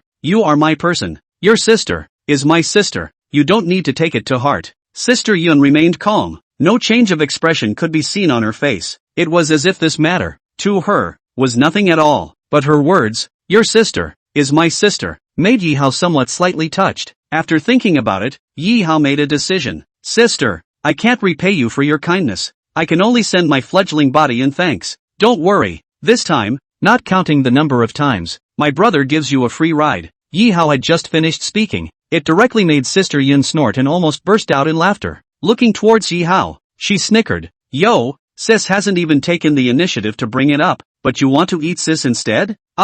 Sister doesn't want to either? Yi Hao looked surprised. I want to, but my sister is craving you, but not today. Yi Hao was confused. Doesn't this rich woman, who bagged him, do it to fulfill her own desires? Then why did she refuse? As if she could tell what Yi Hao was thinking, Sister Yun smiled and said, today, sister doesn't want to do that. Today, the main reason for you to come and accompany your sister is to retrieve your youthful regrets. Wait for another day. My sister is waiting for you cleaned up at that meeting place we talked about earlier. When the time comes, I hope you'll sell it oh so hard. Okay. He offered himself and was rejected. Shame on you. However, from the bottom of his heart, Yi Hao was also genuinely grateful to this Sister Yun, as if the heart of the matter at hand had been solved. Yi Hao no longer had any heaviness within him, and letting go of everything, he let the breeze blow as much as he could, and enjoy the scent of spring. Occasionally, a breeze comes along, carrying moisture from the West Lake. It feels, well, refreshing. Yi Hao hurriedly said towards Sister Yun, sis, why don't you try it? 2. Take off your hat, take off your glasses and mask, reach out and try to embrace the spring, embrace the sun, let the breeze blow on your cheeks as much as you want and see if it's cool. Listening to Yi Hao's advice, Sister Yun turned her head and looked around. After confirming that there were no acquaintances, she did as Yi Hao said. Close your eyes. She spread her hands, facing the West Lake. Spring flowers bloom. A breeze is coming in, blowing her shoulder-length hair a little disheveled. But the hint of hair, mingled in her face. It gives her a more attractive and sophisticated look. Yi Hao, thank you. It's a feeling I've never tried in my life. But, it was really cool. Still with her eyes closed, Yun was enjoying the atmosphere. At the moment, it was as if she was 30 years younger on the inside. Her thoughts, too, pulled back. It was the time of her youth, and she had never been happier. When she was young, her family was well off, and in order not to disgrace her parents, even as the school's flower girl, she never fell in love and just studied hard. Later, after graduating from college, she was forced to go on a blind date for her father's benefit and ended up marrying a man she didn't really like. The man wasn't really nice to her, except for the domestic violence and the lack of motivation. After her daughter turned 10, she chose to get a divorce, and well, her daughter was awarded to her. In a flash, her daughter is 21 and she's 45. After the divorce, she strove for advancement and wanted nothing more than to climb to the top. Today, she did, but the youth that was lost became regrettable and can never come back. But at this moment, Yi Hao, surprisingly, gave her the feeling of dreaming back to her youth. How not to dislike Sister Yun? A clear tear, unconsciously dripped from the corner of Yun's eye. I was born before the king was born, but the king was born when I was already old. Yi Hao, if I had met you 20 years earlier, even if I lose everything, I will fight to like you, but in the end, I'm getting old. The change in expression that occurred on Sister Yun's body was naturally seen by Yihao. Sister Yun, did you remember something unhappy? You can share me share. I would like to be your audience. Yihao's words caused Sister Yun's thoughts to return. Looking at Yihao, her eyes showed that they were full of fondness. Loved his youthful scent, his hormonal body, and even more so, his clean-cut face. Yihao, if I were 20 years younger, would you like me? What the hell? Yihao was a bit confused. Why did she ask this question? You like it? Of course I like it. Who wouldn't like such a beautiful young woman? Of course, what Yihao liked more was that she had money. Sis, you're so young right now. To me, you're as full of spring as you are 18. Wouldn't you be a baby if you were 20 years younger? Ha! Yihao's little mouth. It ruffled Yun's feathers. Not only is he handsome in person, but his mouth seems to be even more handsome. However, it does sound very comforting. Go, brother, sis doesn't want to stroll around Westlake. Are you coming? Are you getting a room? Yihao didn't know whether to be excited or fearful in his heart, but apparently, he was wrong about that. Sister Rin Yun doesn't want to do that today. Didn't sis say that sis rewarded you when you made her happy with you? Sister take you to buy clothes. You this one. Really some dirt. White blind you this clean face value. Speaking of which, Sister Yun unconsciously thought of her own daughter. Shun Yue. That girl is a good dresser. What with the white silk, black silk, yoga pants, my daughter has it all. Especially in black silk. My daughter looks really good. If I didn't like Yihao myself, I would have thought that he was quite a good match for my high-strung daughter. Blah blah blah. What was I thinking? Yihao is mine. With that face of her daughter, there's no worry that no one will want her, either. Thinking of this, Yun's cheeks involuntarily reddened. Chapter 10, The First Kiss. Walking out of Westlake, Yun put on her hat and glasses mask again. This side of Westlake, it's not just the scenery. There is also a particularly busy pedestrian street. People come and go on the streets. Sis, there's really no need to buy me clothes. You give me $50,000 a month, and you promise to help my sister with her school registration, which is equivalent to saving me $200,000. How can I still want you to break the bank? Valuing money again. Yihao had a sense of proportion. This Yun's sister, treat him really not thin, he again thick-skinned, but also embarrassed to let people buy clothes for him. Cut the crap. I don't want my little man, dressed in rags. Remember, you're not technician number 8 at Mondo Footbaths anymore. You're my little man. Are you okay? Okay. Well, Yihao no longer refuses. It wasn't his money to spend anyway. He didn't feel bad. At an upscale clothing store, Sister Yun, once she was happy, directly bought 2 sets of particularly well-fitting clothes for Yihao. One casual suit, one suit.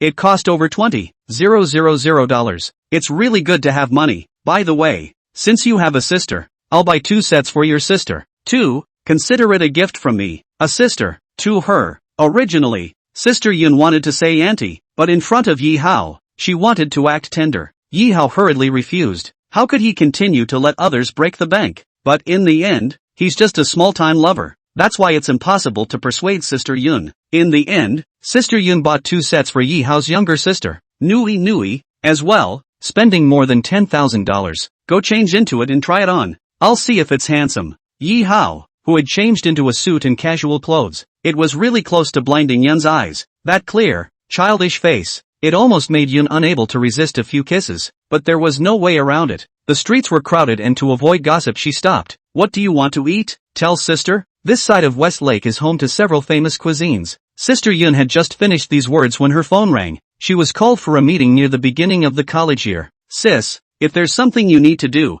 you go ahead. Anyway, I can't run away now that I'm in your lap, and I'll eat the same next time. In the end, Yun could only drive away. Counting on it, she hadn't appeared in front of the top management of JNU as the new chancellor, so she couldn't really put off the first high-level meeting today. Okay then, that's it for today. I'll dock you when I'm done. By the way, that thing with your sister, remember to send me the information. Before she left, Sister Yun didn't forget to inform Yihao that the thing he cared most about.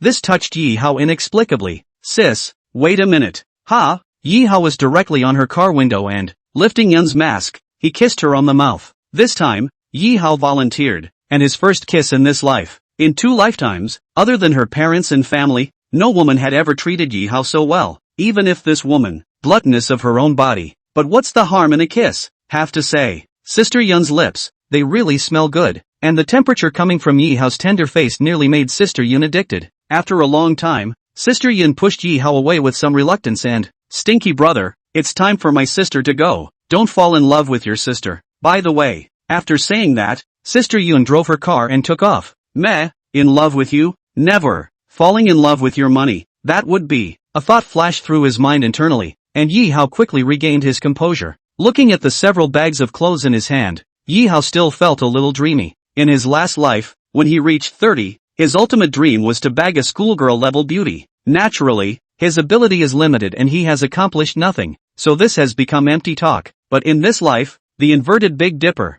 he's actually been adopted by someone else? Moreover, even if there is money to spend, the woman who is harboring him is still a top-notch beauty. Eating soft food is not a skill. Eating soft food from a beautiful woman, that's rare. Thinking back to my previous life, the rich women who bagged the gigolos were either ugly or obese, but his own luck was simply explosive, and he was directly looked at by a beautiful woman with a ceiling level of face value. So it is said that the time is also the destiny. After taking a cab home, it's already 2 o'clock in the middle of the day. The first thing Yi Hao did when he returned home was naturally to send all of his sister's information. All of it, to Sister Yun. Okay, copy. Leave this to me. Don't worry. Thank you, Sister Yun. Yi Hao hurriedly said back. Sister will be busy for the next few days, so you'll spend more time with your sister. When I'm done with my work, I'm going to drain you? That kiss of yours is still a bit of a flashback for my sister. Although he was teased by Sister Yun a few times, but in fact, in his heart, Yi Hao had some expectations. Embracing the thighs of such a woman doesn't seem to be a waste of traveler status, does it? Sister Yun's mouth is so sweet. The rest,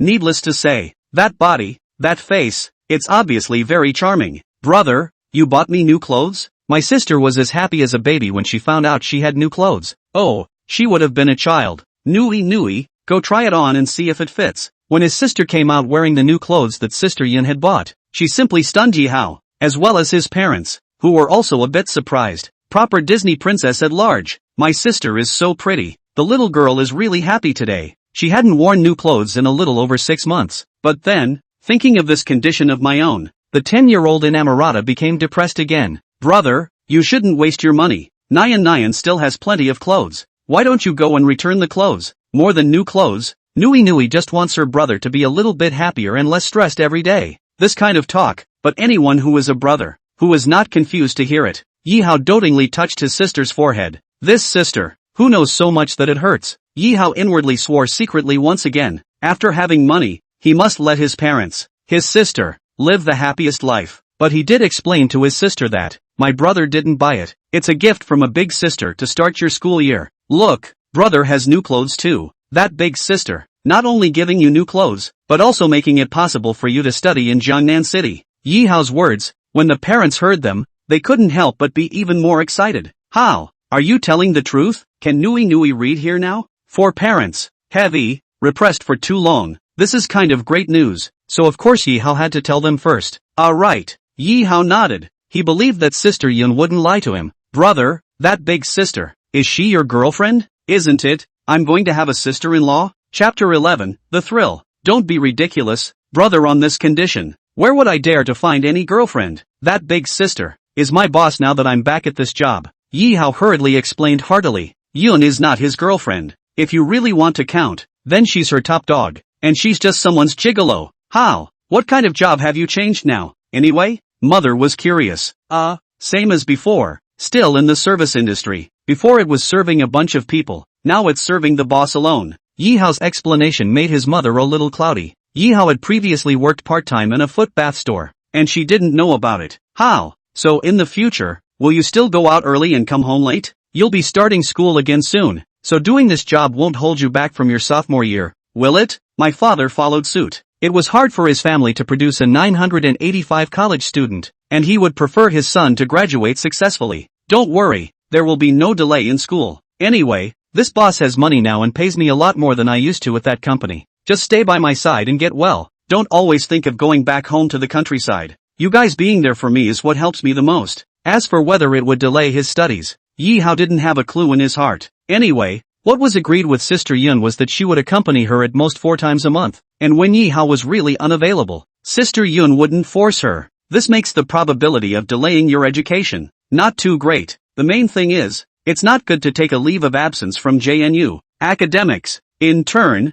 are related to grades and class attendance. Grades, even if you don't listen to the lectures, you can get some cheat sheets for the exams. This is not a big problem. The biggest problem is attendance, where students have to sign in person for each class, as long as Yun doesn't want him when he's in class. Though I don't know what kind of service industry you're in, and neither does Dad, but with such a good boss, how? When you go to work, you have to perform well. Don't upset the boss. People can be generous. Not only have we bought our little girl expensive clothes, it also helped Nui Nui with her school registration. Your boss counts that as a benefactor of our family. Father's words, behave yourself in front of the boss. It made Yi Hao embarrassed. However, as his father had said, Sister Yun was indeed good to him, Yi Hao, and could truly be considered a great benefactor. Don't worry, I'll behave. Make sure she's comfortable. Speaking of this, Yi Hao's mind unconsciously sketched out a certain sorted image that, even the positions, he had thought of several. He just didn't know which one Sister Yun loved.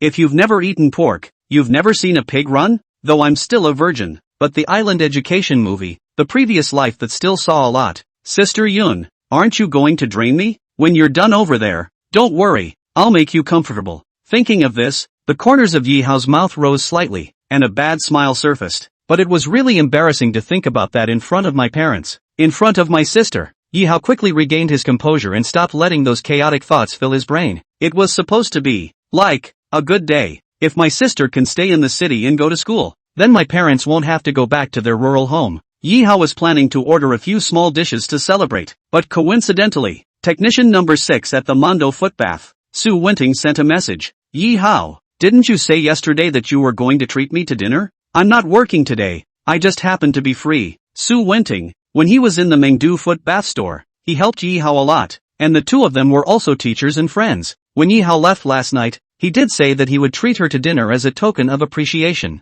Since he's free today, let's invite him today. Otherwise, when school really started, Yi Hao wouldn't necessarily have the time. Okay, what do you want to eat? Yi Hao hurriedly returned. As a friend, knowing that it's not easy for you to make money, I'm embarrassed to rip you off. Why don't we go to that food court near JNU? There seems to be a new buffet seafood restaurant there. Although he didn't know Yi Hao's exact identity, but as a friend, Su Wenting did know that Yi Hao lived near Jiangda in this direction. That's why she offered to eat near Yi Hao's house. Okay, let's meet there then. By the way, do you mind if I bring my sister? Going to eat delicious food by himself and leaving his sister at home. Yi Hao really couldn't bear it. It wasn't like he and Su Wenting were dating. There was no question of a light bulb. Whatever. It doesn't matter who you bring since it's your treat anyway. That's fine. I'll bring my sister with me. Learning that her brother was going to take her out for a good meal, Nui Nui agreed at the drop of a hat. As for his parents, who were seriously ill and had trouble with their legs, Yi Hao planned to bring them another one when he returned.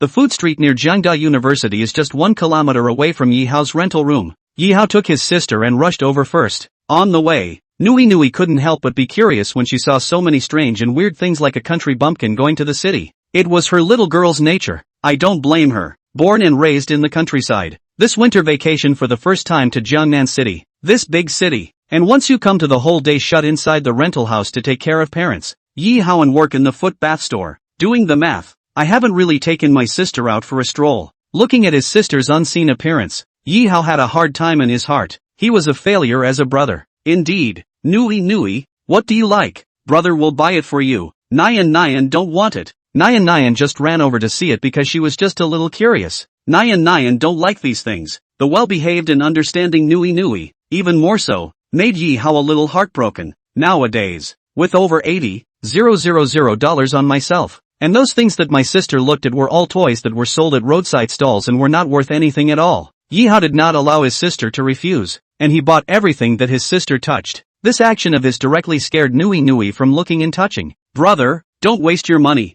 Sister doesn't want it. Yi Hao drowningly touched his sister while thinking in his heart. Nui Nui, from now on, brother is going to make you the happiest girl you can be. If you can't do that, your brother doesn't even deserve to be a traveler. After thinking about this, Yi Hao was at the same time wondering what other ways he could make money besides being a lover to Sister Yun. Obviously, only by relying on Sister Yun as a lover. That $50,000 per month is certainly not enough. In a big city like Jiangnan City, also presses the family cannot get rich. And this parallel world, with the previous life of China basically the same track. The previous life has the industry, here also have. So starting a business, it seems like it just doesn't work, not to mention not having the startup capital, and even if you do, you don't have the contacts or the connections. And stocks? Yi Hao was already poor in his previous life, and he did even less research on this. Thinking about it, Yi Hao briefly went off the deep end. When he turned back to his sister, ready to hold her, not far away, a car speeding by was about to hit my sister on the side of the road. Sister. Yi Hao looked like he had gone mad. My sister is my own scales. He would never forgive himself if something happened to his sister. It's over. Yi Hao knows it's over. He was 7 or 8 meters away, and even if he had fought to pounce, it would have been too late. But even if it was too late, Yi Hao was going to give it his best shot to push his sister away. It's too late. Before he could pounce, a figure was faster than he was, pulling Nui Nui back in a flash so his sister didn't get hit by the car. The person who fixed her eyes on the one who pulled her sister's hand was a woman. Also, she was wearing black silk and had extremely beautiful sides. Chapter 12, Black Silk High Cool Schoolgirl. This is a shopping street. The car is driving so fast. In a hurry to cast off? The black silk woman snarled at the speeding vehicle. Before she turned her head to the girl she had pulled back from being hit by a car. Little sister, is everything okay? It's fine. Thank you, sister. I was scared to death just now. The little Nui Nui herself was obviously startled. It's good that you're fine. You're so small. You can't walk on the side of the road by yourself. Your family's adults are really. How can you rest assured that you're such a little girl to come out to play? Sister, I came out to eat with my brother. Not alone. Little Nui Nui hurriedly explained. What about your brother? He's over there. Little Nui Nui turned around and pointed at Yi Hao, following the direction of the little Nui Nui's finger. The black silk woman turned around and saw Yi Hao at a distance of 4 or 5 meters. Similarly, Yi Hao also saw her proper face. She is, like a stunning dragon. Like a dragon. Thank you, for saving my sister. Even if the woman was beautiful, Yi Hao didn't have the heart to look at it. He thanked him as he ran over and hugged his sister. Just now, it really scared Yi Hao to death. Luckily, hooray! However, the black silk woman, for Yi Hao's thanks, didn't care at all. I just happened to be close. Even if I hadn't saved her, at best she would have gotten a bruise from the vehicle and wouldn't have had any major problems. But you, as a brother, have no sense of responsibility at all. There's so much traffic here. Don't hold your sister even, and so far away from her. Next time grow a pair. After the black silk woman finished speaking, she directly turned around and left without bothering Yi Hao anymore. People taught him the right lesson. Yi Hao didn't dare to have the slightest retort. If this black silk beauty didn't make a timely move today, his sister would definitely be in trouble. And even if she was just grazed by the vehicle, Yi Hao would feel guilty. Beautiful. I haven't thanked you yet. I don't have anything to give back for now. Why don't I buy you dinner? The moment he saw the black silk beauty turn around, Yi Hao hurriedly opened his mouth. However, the embarrassing thing is that people's black silk beauties act like they don't hear them. She merely waved her hand at Yi Hao. As if to say, no need, not bad for a meal. So high and mighty? People didn't even bother to look at him. Yi Hao, such a good-looking black silk beauty, and saved his sister. Yi Hao didn't even get a word in edgewise before being ignored by others. Awkward as hell. Nui Nui, I'm sorry, brother just wandered off. It's my brother's fault. I'm glad I didn't make a big mistake. But how did you get to the curb again when you were properly on the sidewalk? Yi Hao no longer cared whether the black silk beauty was cold to him or not. He hurriedly gathered his attention back on his sister. Seeing Yi Hao's anxious look, Nui Nui hurriedly opened her mouth and, brother, blame Nui Nui for walking down the road. Next time Nyan won't dare to wander off. Nui Nui made an aggrieved face and, well, originally Yi Hao was going to yell at her a few times, or else she wouldn't learn from her mistakes. But looking at my sister like this, I can't really get off my ass and be mean to her. Humph, it's good to know. Next time you dare to run around by yourself, brother will break your legs. Yi Hao still pretended to be fierce and nagged. However, Nui Nui knew that her brother was just heartbroken. Brother, that sister just now, she's so pretty. Nyan has never seen a sister who was better looking than her. Nyan likes her so much. If only she could be my sister-in-law one day. But brother is a bit humiliated today, alas. People didn't even look at you properly. You've got to be kidding me. Is this sister pro? However, there was no need for his sister to say that Yi Hao thought that this woman was good looking. She's about 20 or so, 170 tall. That black silk JK outfit really made her look like a heavenly fairy and beautiful. I can see that this beauty is caring but seems to be very high-strung. Yi Hao wasn't that bad looking, one could even say he was handsome, but that black silk beauty didn't even look at him squarely. Oh, yeah, forget it. Nui Nui still wants her to be her sister-in-law? Obviously unrealistic. Unconsciously, Yi Hao raised his head again and looked at the black silk beauty's fading back. Under the dazzling sunlight, her back, as if a breeze, could be cool and soothing. Wait, this black silk beauty, seems like I've seen it somewhere before? When he thought of the beautiful woman's fair and innocent, yet very high and cold face. Yi Hao seemed to have a sense of déjà vu. Feelings are her? Yes, it's really her. The most beautiful, highest and coldest school flower sister of Jiang University, Shun Yue. Yi Hao naturally learned the identity of this black silk beauty from within the original body's memories. Although, the original body Yi Hao and this high-cooled schoolgirl had not had any interactions, but there's only 2 or 3 schoolgirls at JNU. As a boy, what he usually hears the most at school is naturally the schoolgirl that his classmates discuss with each other. And the same as the financial department students of Jiang University, the original body Yi Hao, in a certain number of financial department of the evening party, met a few faces this Shen Yue, not only the school flower, but also the school bully. As a senior sister and school bully, she had given a few speeches at the finance department's party. So this was why Yi Hao felt déjà vu. Of course, the person Shen Yue definitely didn't recognize Yi Hao. She has the look, the silhouette, and a few hints of Sister Yun. When Sister Yun was young, she should have been at least as good looking as her, right? However, Sister Yun is not high and cold. This school flower Shen Yue, high and cold to yuppie. Thinking of this, Yi Hao shook his head and he didn't think that Sister Yun and this Shen Yue would have anything to do with each other. This character, it's like 2 extremes alright. Stop thinking about the schoolgirls. Yi Hao held Nui, and this time, he didn't dare to wander off, heading towards Jiangdi Food City. There are still 4 or 5 days to go before the school year starts, but in the vicinity of JNU, a lot of students have already come. Of course, Yi Hao didn't recognize it either. Through memory, it seemed that there was no one who was on good terms with him in the second-year Finance 2 class, which was Yi Hao's class. Think about it, the original body Yi Hao, not counted as a school bully, in addition to handsome, but also poor, and the main thing is not good at socializing. College is all about reality. No money, no power, no eloquence, not a school bully. There's no use in being good looking. Nobody's on good terms with themselves. That's for the best. Yi Hao also didn't want to expose his identity as a traveler one day, or at the dinner table without noticing,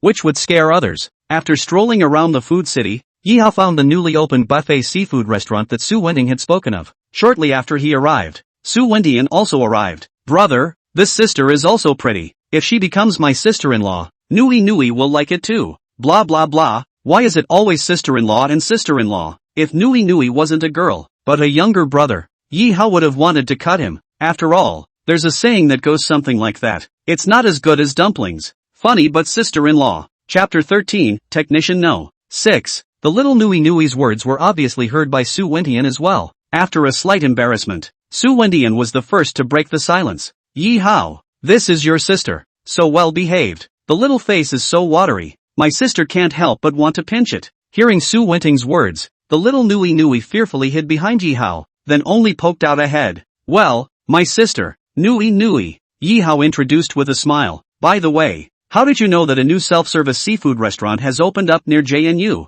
I live over here and I haven't even noticed. You seem to be quite familiar with this side of the world? I don't blame Yi Hao for asking this question. The main reason was that, as far as he knew, Technician number 6, Su Wenting, lives near the Mondo Footbath and Mengdu Footbath. From Jiangnan University, how to have a more than 40 kilometers. With Su Wenting's popularity in Mengdu Footbath, it was impossible for her to run around Jiangnan University every day when she had a rare vacation, right?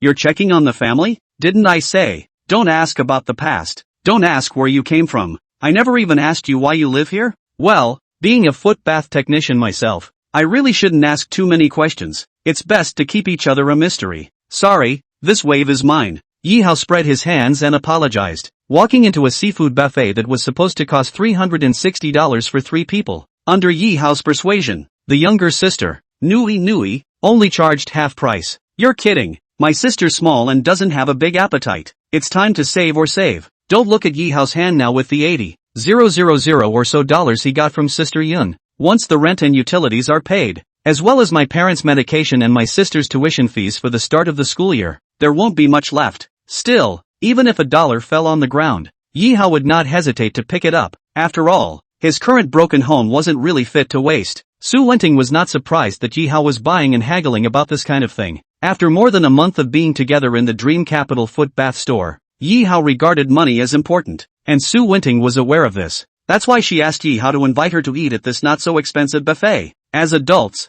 Yi Hao and Su Wenting were fine. The little girl was so happy to see all the seafood and stuff on the shelves. She had gotten tired of either cabbage and tofu or sauerkraut every day for over a month. but there was no other way. After the parents' illness, the whole family's burden was carried by the brother alone, and the sensible little girl never complained. But even if she was very happy, the little inamorata pretended to be deep and didn't show it too much. After all, there was a pretty sister here, and she couldn't disgrace her brother. Nui, it's okay, take whatever you want. Your sister Sue is not an outsider. Yi Hao naturally knew what his sister thought, so he opened his mouth and told his sister not to be formal. Ah, Sister Sue is not an outsider? Could she really be a sister-in-law? Little Nyan has a sister-in-law. Little Nyan is so happy. Yi Hao, Wendy Sue, one sentence about not being an outsider and you have to be family? Fruity innocent little girl, don't mind it, my sister doesn't have bad intentions either. Yi Hao had to explain. Didn't mind. Childish talk. By the way,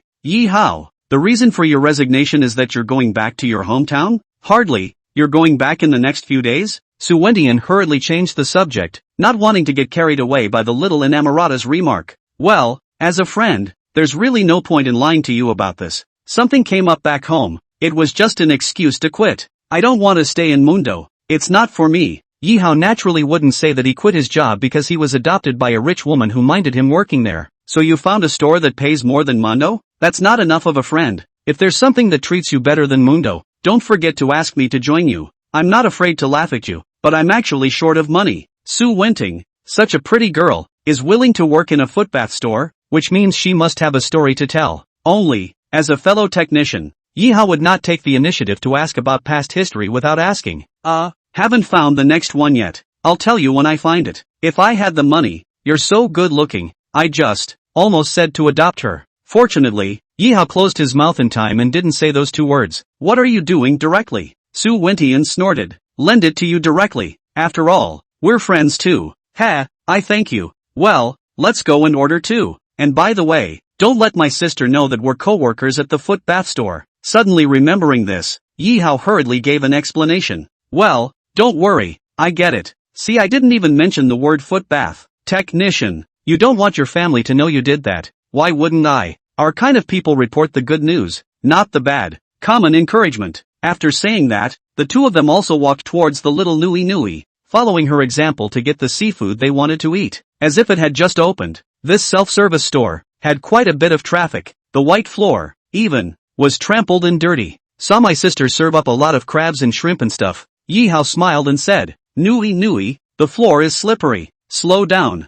In the future, brother will take you to eat delicious food every day, as long as Nui is happy. Looking at his sister devouring her food, Yi Hao was happy along with her even if he didn't eat it himself. The idea of becoming rich grew even stronger. With his sister in the seat, Yi Hao naturally wouldn't talk to Su Wenting about work anymore. Inevitably, my sister would hear words like footbath and technician. Although my sister is young, if she asks her parents, then your parents must be worried about the job you're doing. Su Wenting also knew what to do and chatted with Yi Hao about something. Halfway through the meal, Yi Hao saw the private room of the buffet store and walked out. It was none other than Shen Yue, the high-flying school flower of Zheng University. She eats here too? Yeah, well, girls, as long as they're not allergic, who's resistant to seafood? People were high and cold, and refused Yi Hao's good intentions to invite her to dinner. Even if she had saved her sister before, Yi Hao would not take the initiative to go over to greet her. However, it is interesting to note that Shen Yue appeared to come out to order food, and she, who was already high and cold, tilted her head, as if everything around her did not enter her eyes, so she didn't even pay attention to the ground,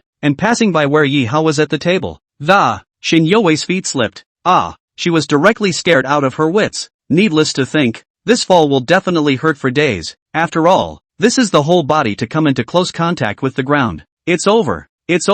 Shen Yue was scared. She's about to fall on her ass, not allowing Yi Hao to think too much. He also went along with the question that, so Yi Hao directly got up, spread his hands, and caught her who almost fell to the ground on her back, as if the legendary princess hug. The picture is still somewhat beautiful. It had to be said that the softness of Shen Yue's body was really a bit endearing. Also, Yi Hao's other hand, when it touched those black silk legs, it really had a different flavor. Chapter 14: The Amazing Brain Circuit of the Schoolgirl. The imagined close contact between the back of the head as well as the ass and the ground didn't happen. Only then did Shen Yue breathe a sigh of relief. However, a pair of warm hands, that warmth traveled from the back of her tank top, and her long slender black silk thighs, directly to her brain. Someone caught themselves? Shen Yue immediately thought of this possibility. Looking up again, She slowly opened her eyes and a handsome, not very unfamiliar face appeared in her eyes. It's you? Obviously, Shin Yue knew who it was. She had saved this boy's sister over half an hour ago. Are you okay? It's okay. Shin Yue hurriedly got up and stabilized herself, her cheeks unconsciously flushed a little. For the first time in her life, a boy had touched her body, though through clothes, through black silk, but the feeling of being touched by a man made her truly ashamed. I saved your sister and you saved me. It kind of evens out. Having said that, Sham Yawei was ready to leave. As if suddenly remembering something, she turned again and, looking at Yi Hao, he coldly asked, by the way, why are you eating here too, and how did it happen to save me? Could it be that I saved your sister and refused your dinner invitation, so you're stalking me? Yi Hao, it's best not to hit on me, or stalk me, or try to hit on me and curry favor with me. Instead the more it'll make me hate you. After saying that, Shin Yue didn't allow Yi Hao to explain, so she directly left. Holy? What the? Yi Hao was confused. What the kind of top-level understanding is that? He was here for a meal and happened to run into her, and this became stalking her instead? Accosting her? Wait, all that aside, you kind of saved her, didn't you?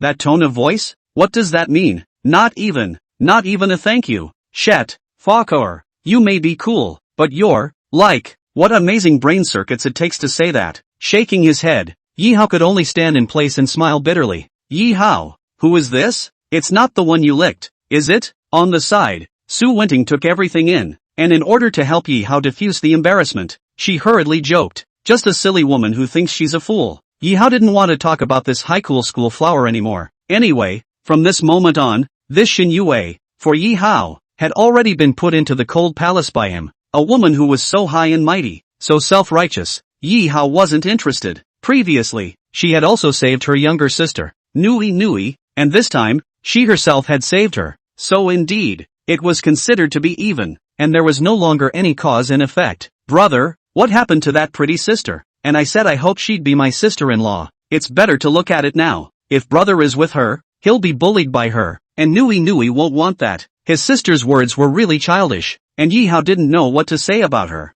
Yi Hao, you're really interested in that high-cooled beauty just now.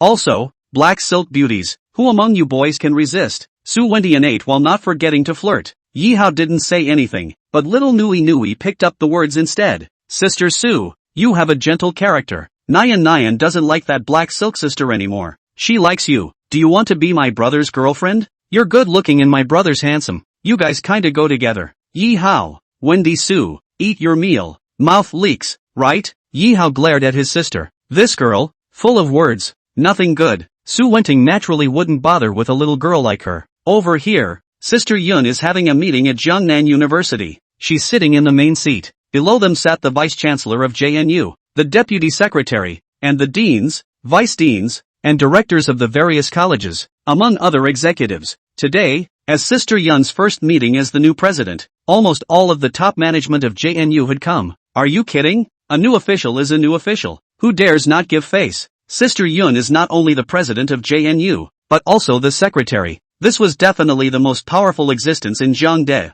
and it could even be said that it could only cover the sky in Jiangde. Looking at Sister Yun on the main podium, some of the male leaders of JNU simply couldn't take their eyes off the ball. I've seen a woman as a principal, but I've never seen such a young, beautiful woman as a principal. Not only were the male leaders surprised, but some of the female leaders were equally surprised. As the same woman, this principal's face value was going to throw them off a few blocks. Not caring about the reaction of the crowd on stage, Sister Yun took the microphone directly. To introduce myself, my name is Shin Mengyun, 45 years old. It is an honor to work with your colleagues. I hope we will join forces together to make JNU even more brilliant. When Sister Yun had introduced herself, a group of executives on the stage were directly stunned. It was a long time before they came back to their senses and began to talk to each other. She's Shin Mengyun.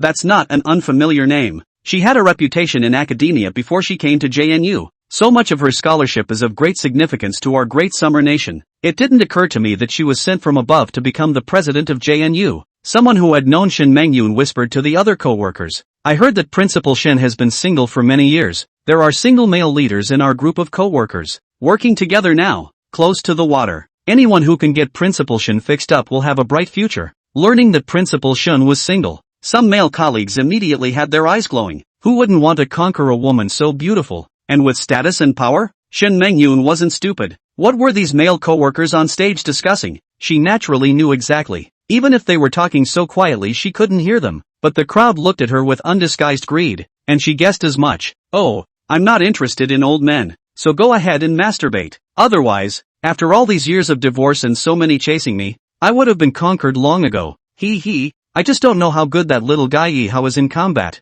If it wasn't for the fact that we have a meeting today, plus the fact that we've been busy for the past few days, I would have wanted to give it a try. I hope he doesn't disappoint me only. After all these years, it's hard to look at a sunny boy. And the thought of Yihao's kiss at her car window really made her fall a little in love. Even the kisses are unique? I guess in bed, he shouldn't be bad either. Blah blah blah. Shen Mengyun didn't know why she thought of this, unconsciously, making her cheeks slightly flushed. Apparently, the thought of certain shyness had made her, who had not touched a man in years, shy. As a college president, it's really kind of embarrassing to be thinking about this filth at a conference. Ahem, quiet everyone. The meeting continues. Shen Mengyun stopped the mingling of words on the stage and once again put her focus on the meeting. Chapter 15, a heartache resolved. A buffet seafood restaurant near JNU. Nui Nui was very happy with her food and drink. Alright then, my sister and I will go back first. Yihao was ready to bid farewell to Su Wenting. Yihao, will we meet again in the future? As if knowing that after Yihao invited himself to dinner this time,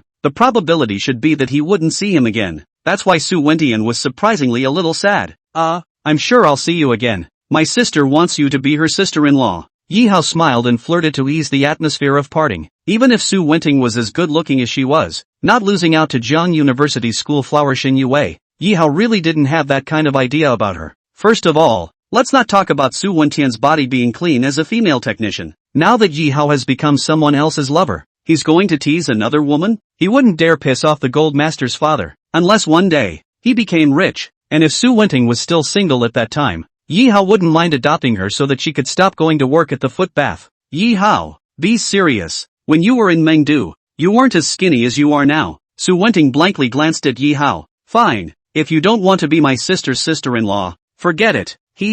We're both poor now. It's better not to involve each other. If one day, I become rich and Yihao, you're still single, I don't mind accepting you as a male pet. Su Wentian seemed like a joke, but like she was serious. Good, then I'll wait for you to adopt me as a male favorite. Let's go. Su Wentian, take care. Waving his hand, Yihao pulled his sister home. Yihao, it's better to see each other than to miss each other. Even though I've only been with you for just over a month, I'm truly impressed with the way you've been. Ever so positively, in Mundo. Wish I could get rich sooner and save you from poverty. Thinking as she did in her heart, Su Wentian no longer thought much about it until Yihao's figure disappeared into thin air, and only then did she turn around and leave. The moon and the stars. With the arrival of spring, everything is revived. The streets and alleys are starting to come alive. By the time Yihao dragged his sister to the house, it was already 7 p.m. Today, it was counted as the most money Yihao had ever spent on food since he crossed over, having previously jacked up 200,000 in online loans, all of which went towards my parents' medical treatment. Plus he hadn't really wasted a dime since he'd gone part-time at Mundo. Seeing the delicacies Yihao brought for his couple, mother couldn't help but harp on the how,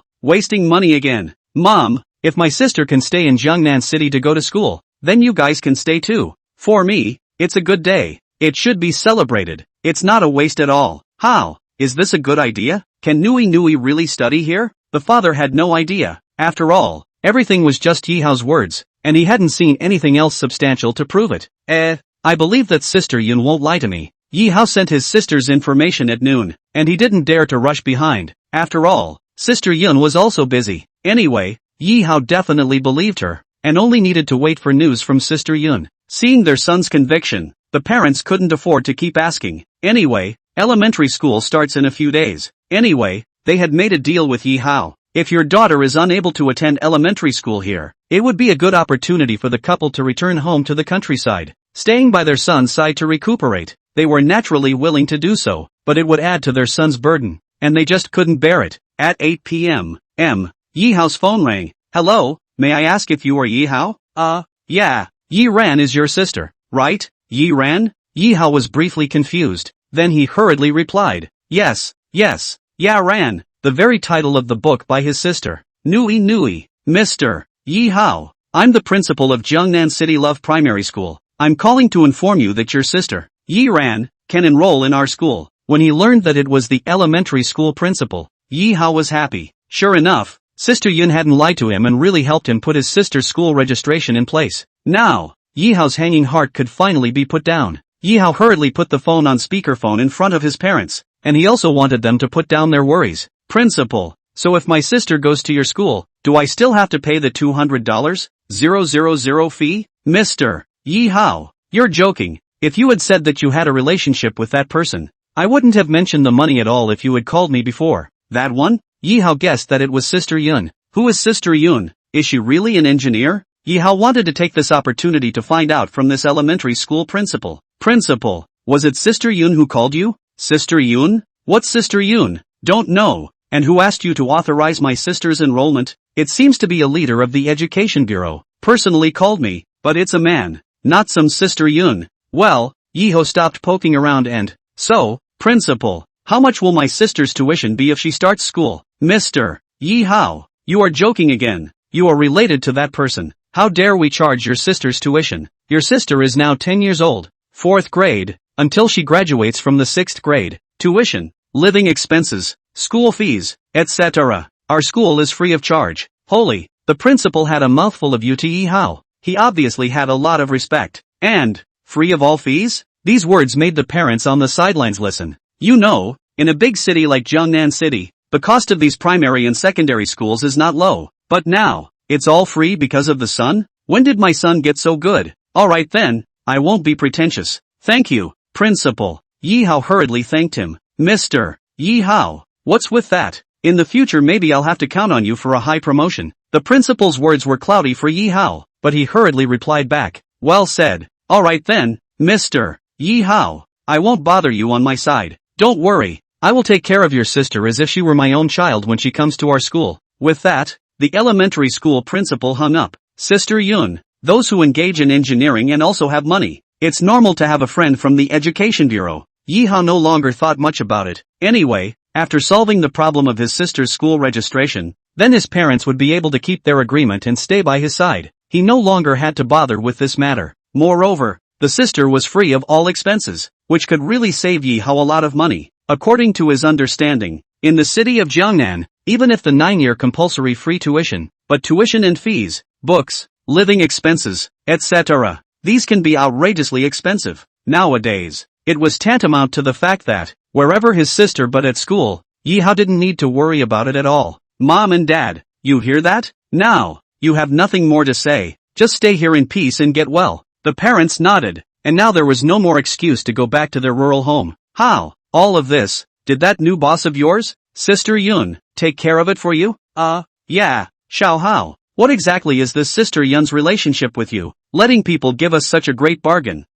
It's just this part-time supervisor I have now, so don't think too much about it. Okay, anyway, remember, repay people well. Aha, don't worry, I'll repay her. After saying that, Yi Hao sent a WeChat over to Sister Yun. Sister Yun, I've bothered you about my sister. Brother, as I said, such a small matter is not enough. Sister Yun, it's a small matter to you, but it's a huge matter to me. Oh, that's touching? Then on the Lantern Festival day, come over to accompany me. Lantern Festival? It's 5 days away. Yi Hao knew that after 5 days, Sister Yun would want his body. However, Yi Hao was willing. Think of it as repaying people for what happened to your sister this time. Chapter 16 is Sister Yun's appointment. 5 days have passed since then. The city of Jiangnan, and even the country of Daxia, ushered in the Lantern Festival of 2025. The Lantern Festival, symbolizing reunion, but no one likes this day for student parties. After all, after the Lantern Festival, it means school is starting. Early in the morning,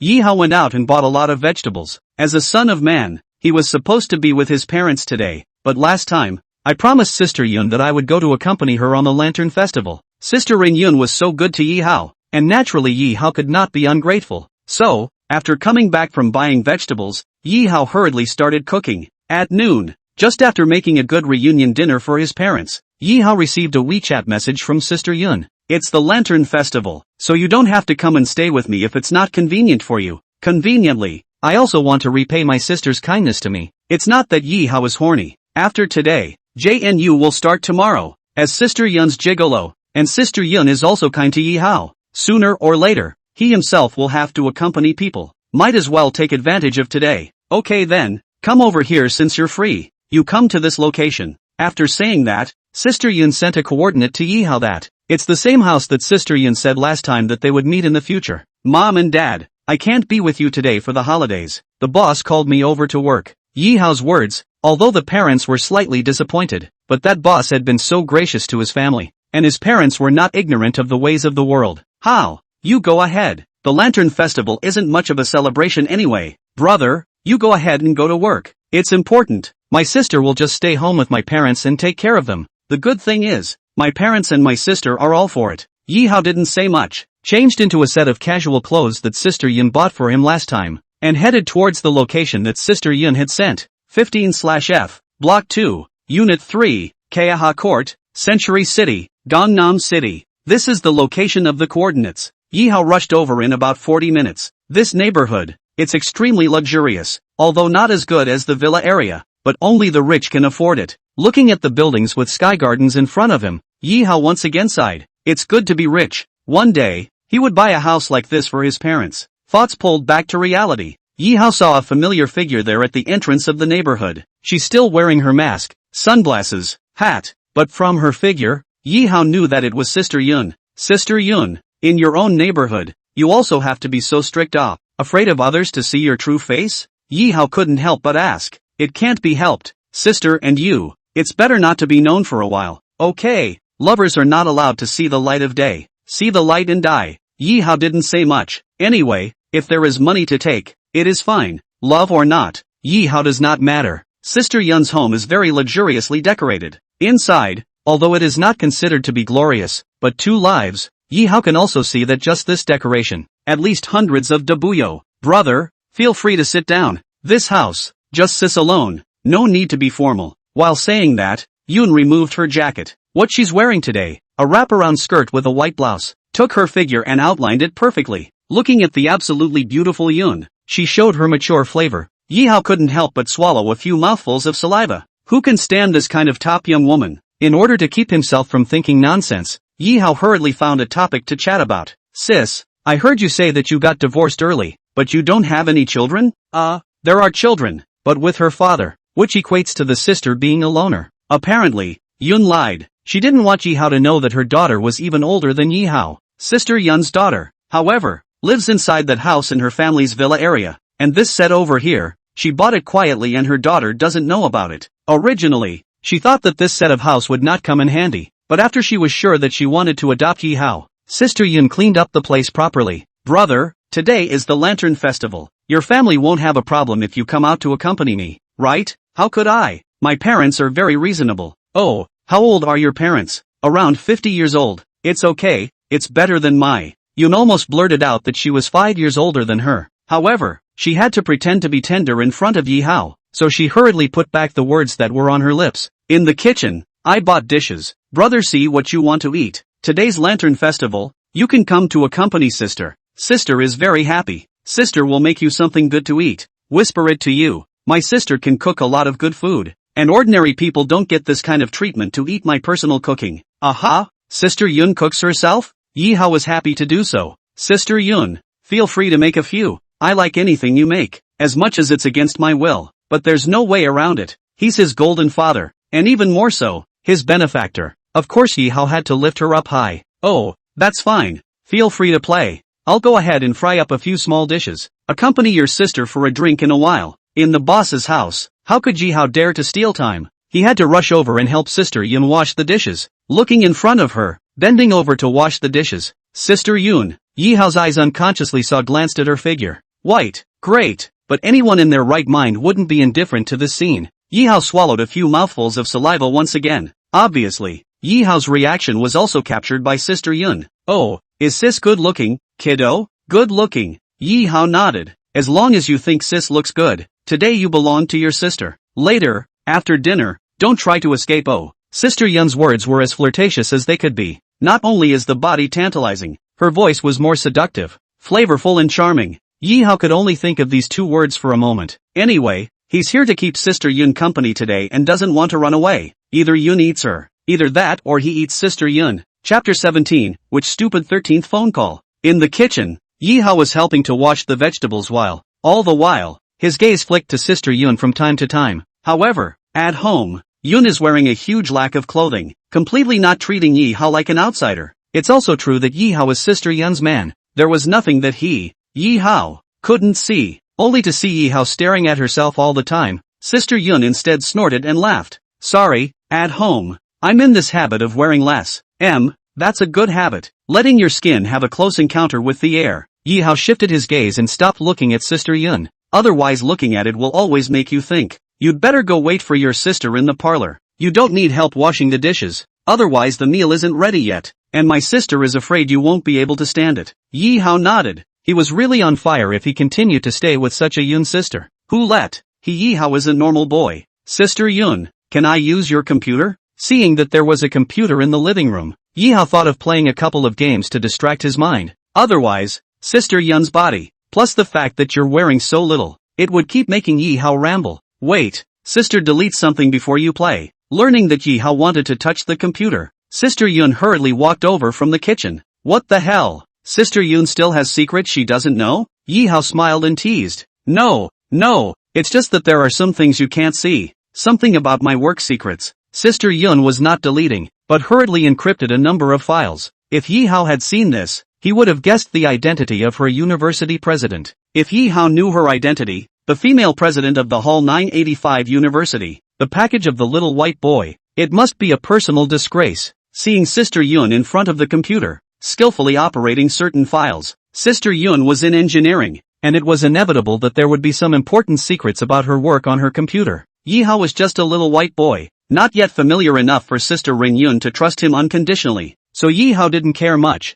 After a few minutes, Sister Yun checked again to make sure she hadn't missed anything. Okay, you can play now. After getting permission from Sister Yun, Yi Hao sat down in front of the computer. The parallel world in this life isn't much different from the previous life in China. Games that were available in the previous life, like LOL, CF, DNF, etc., are also available in this life. These are games that Yi Hao doesn't like. He randomly opened the 43.99 minigame and played King of Fighters. It's true, playing games really does distract the mind. Now, Yi Hao really didn't think about certain snowy and lush things on Sister Yun's body. By the time Sister Yun had finished the meal, it was already an hour later. Brother, bring me the food. I'm going to put on a coat, lest you stare at me during dinner and it affects your appetite. After Sister Yun finished speaking, Yi Hao hurriedly said, Sis, no need to change. It's your habit. No need to settle for me. I just don't look at you. Apparently, Sister Yun didn't listen to Yi Hao's opinion and went straight to change into a set of clothes.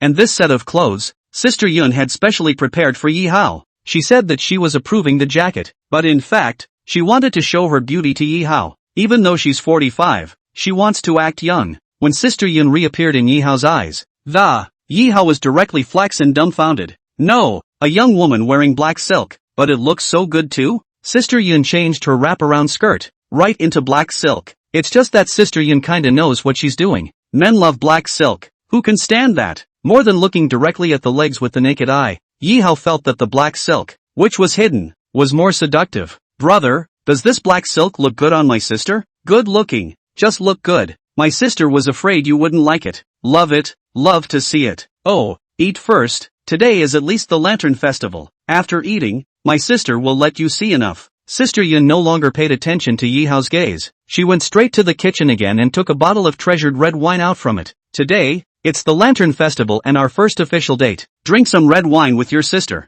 Good. Yi Hao nodded and, when the boss spoke, how dare he disobey? After the two of them had eaten and drunk and cleaned everything up, Sister Yun appeared to be intoxicated by alcohol, and her cheeks had long since turned a large shade of red. Sister Yun was about to call out for Yi Hao to seat beside her when her phone rang. What stupid 13 called when it mattered? Yun had to grumble. Of course, Yi Hao had cursed that person who called Sister Yun at this moment countless times in his heart. After all, Yi Hao is already in the movie. After dinner and drinks, what happens next? It goes without saying. It was interrupted by a phone call before it even started. So, the guy who called was literally born. It's not ing obvious. It's bad. Sister Yun, why don't you answer the phone first? Yi Hao still said against his will. After all, he was afraid of delaying Sister Yun's important matters. Whatever. See if I scold him later and be done with it. Sister Yun smoothed her hand, didn't even look at whose call it was, and hung up directly. Who knows? The phone rings again. This time it wasn't a phone call. it was replaced with a video call. Sister Yun picked up her cell phone and saw that it was her own daughter Shin Yue calling. Yi Hao, I'm going to the bedroom to take a call. Seeing that Sister Yun's face was full of seriousness, Yi Hao knew that the person who had called must be very important to her. Yun came to the bedroom, full of complaints, and answered her daughter's video.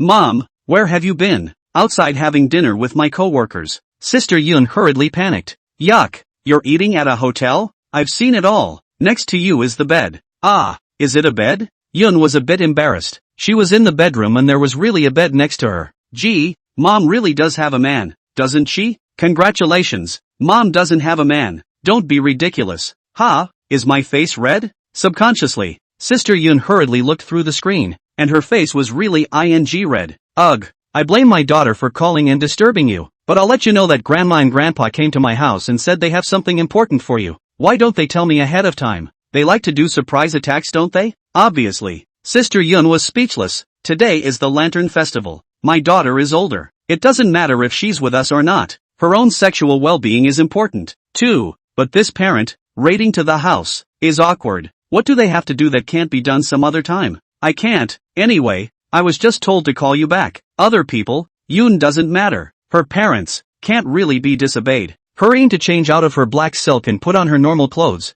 Yun came into the living room and, Yi Hao, sister has to leave for something. I'm really a bit sorry for you. Originally, I called you over so you could spend a good day with me. Let's explore the secrets of life. It was my sister's fault today. I'll make it up to you some other day. After saying that, Sister Yun left. Oh, that's it? You're here and you're leaving before you can eat? Unable to do anything about it, Yi Hao could only let out a bitter smile. The boss had left, so naturally he wouldn't stay here. Chapter 18, Sister's Homeroom Teacher. Shen Mengyun took a taxi back to the villa. Daughter Shin Yue is still practicing yoga. However, the living room of the villa, where her parents were waiting for her, as if there was something else going on. Mengyun, the Lantern Festival. What are you doing out there if you're not accompanying Young Wei? Elderly parents, the first to start chastising. Didn't I say, dinner with co-workers? Well, you're not too young and your parents are too old to care about that. However, we did come here today to discuss something important with you. Seeing the parents full of solemn appearance, Shen Mengyun really cannot guess. What is the matter? You're 45 years old and you're not getting any younger. We can understand that you didn't go looking for a date after your divorce a few years ago, for your career. But now that you're in a position of power, isn't it time to think about finding a man? How can a woman, even if she's great, not have a man to rely on behind her? Okay. The purpose of her parents' visit was for her life's work. No wonder they had to see themselves. Ugh, you're all old, so don't worry about me, okay? Yun was not a child. She was 45, and it was indeed awkward to talk about this topic with her parents now. We're older. That's your mom and dad, and you'll always be our daughter. What? We can't talk about you anymore? Shen Mengyun. Well, the mouth is on you guys. You guys say, okay? Shen Mengyun again really didn't dare to murder her parents. Here's the thing, my ex-colleague's son, 48 years old, slightly older than you, and the man is now in a high position, and he's divorced, too. I reckon the boy's talent could be as well. Now that he's rich and powerful, I want you to meet and form a family. What do you think? As soon as you hear your parents introduce you to a man? Shen Mengyun wanted to LOL. Not how. I was introduced to Yue's father by you guys, but as it turns out, her father's character, in every way, is so bad that it doesn't make any sense. I'm not going to believe that vision of yours. It's understandable that her parents are pushing her to find a man, but to introduce her? Then forget it. Shen Mengyun, so you're going to be single for the rest of your life, right? Now that you have Young Wei with you, but Yue will marry one day, and then you'll be alone, and I'll see if you're lonely. The 70-year-old father glared angrily, somewhat hatefully. Stop, Grandpa. I'm not marrying. I'll stay with my mom. I'll give her my old age. It's true that he's his own flesh and blood, and he knows how to speak for himself. Shen Mengyun sighed. This daughter was not raised in vain. You two mothers, you're pissing me off. One is more high-minded than the other. Okay, love it or leave it. I don't care about you guys. After saying that, the old couple left in a huff. Shen Mengyun wasn't worried about them, and anyway, where they lived, it was very close. After the two old men have left, Shin Yue stopped her yoga and looked at her mother and said, Mom, did you really just go to a hotel room?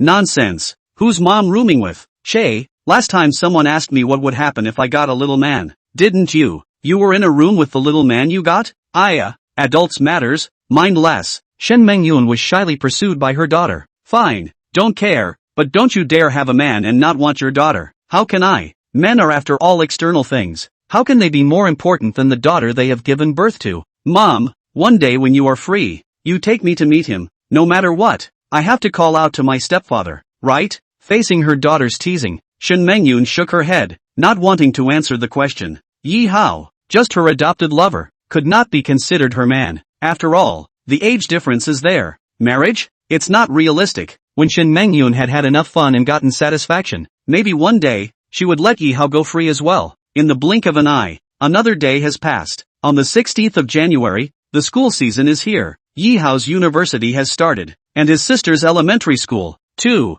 Yi Hao was not in a hurry to report to the school. Anyway, there were 2 days before the start of the school year in Jiangnan University. Today, most importantly, take my sister to report to school, at 9 a.m. After having breakfast, Yi Hao set off with his little inamorata. Gangnam City Love Elementary School, which is just 1 kilometer away from the rental property, also has a direct bus service. It's quite convenient for my sister to go to school and get out of school. Little girl, when you go to school, don't feel inferior. You have to study hard in a new environment, okay? I'm afraid my sister won't be used to going to school in the city. After all, her classmates, either she was a child of a rich family or had a father who was a district governor, and her sister had always had more ideas than she could handle, and was afraid that she would become inferior because of it. Don't worry, brother. Nyan won't be inferior. I have loving parents and a good brother. Nui will study hard and not let my brother down. Seeing his sister's well-behaved and understanding appearance, other words, Yi Hao did not say much. Pulling his sister, Yi Hao arrived at her elementary school. It's the first day of elementary school today,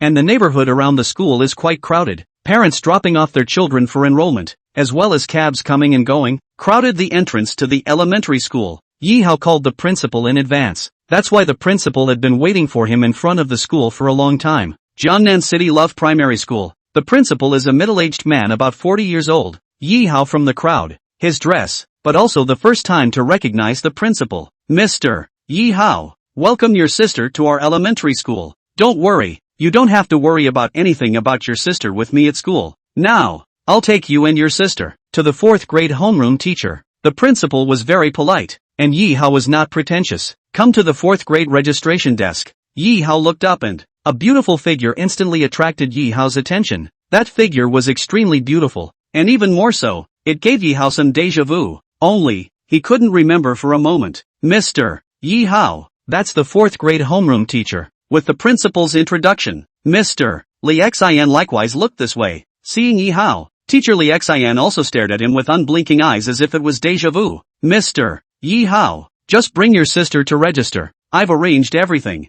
School started and there's still quite a lot going on, so I'm just going to pull out. If something comes up, you call me. Okay, principal, you go ahead. After the principal left, Yi Hao once again put his eyes on his sister's homeroom teacher. Li Xian? Yi Hao? Almost, the two shouted out at the same time, as if they recognized each other. Yi Hao naturally also learned who this person was from within his original body's memories. The original body is still in the old county to read junior high school. Li Xian that time to read high school. It was at that time that the two became acquainted. Once on the way home from school, a man overboard, but no one in the crowd of onlookers dared to save them. The original Yi Hao was born in the countryside, and there was a mother river in his hometown, so he could swim. In the end, the original Yi Hao saved Li Xian, who had fallen into the water. In the beginning, if not for Yi Hao is still in junior high school, is a minor, Li Xian is going to be his girlfriend, to repay the grace of life-saving. Yi Hao, for saving your life today, when you are older, I, Li Xian, will be your girlfriend to repay you.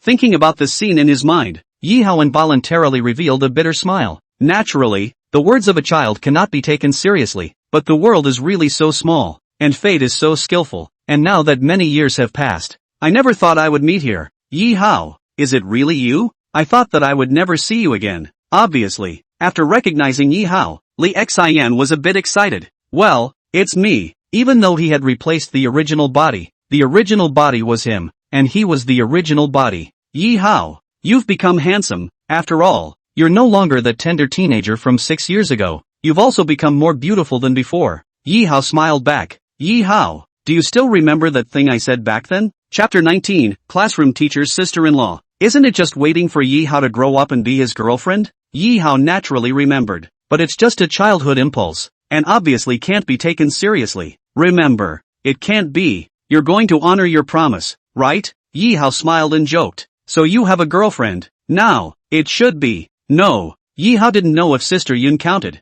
but it shouldn't. After all, Sister Yun was just the golden father who had adopted Yi Hao. If I were your girlfriend, would you accept?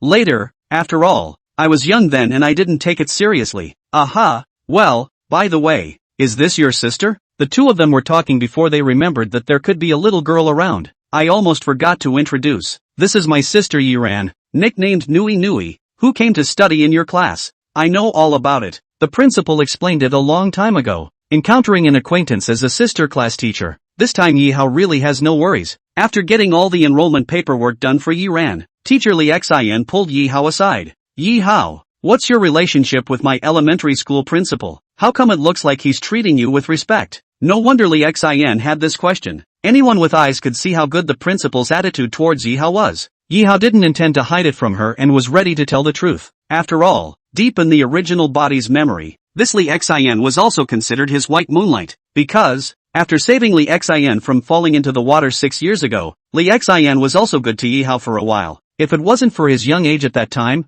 the original body, Yi Hao, would have been with Li Xian. After her high school entrance exams later, the two of them lost contact and never saw each other again. Counting down, the original Yi Hao was still more or less kind to Li Xian, because, well, people are really good looking. Actually, I don't know him either. As you know, my family is from the countryside and is very poor, so how could I know these characters in the city? Only, it might be related to another friend of mine, so for the sake of that friend, he treated me with some respect. Yi Hao's explanation was perfect, and Li Xian didn't ask more questions. It was also true that, as Yi Hao had said, all of this was brought to him by Sister Yun. Without Sister Yun, he, Yi Hao, was nothing. Needing an elementary school principal to suck up to him? That friend of yours, it seems, should be quite something. Maybe, Sister Yun's specific what identity? Yi Hao was not clear. He just assumed that Sister Yun is really the female boss of the project. By the way, Yi Hao, how did you come to Jiangnan City, and how did your sister come to study here?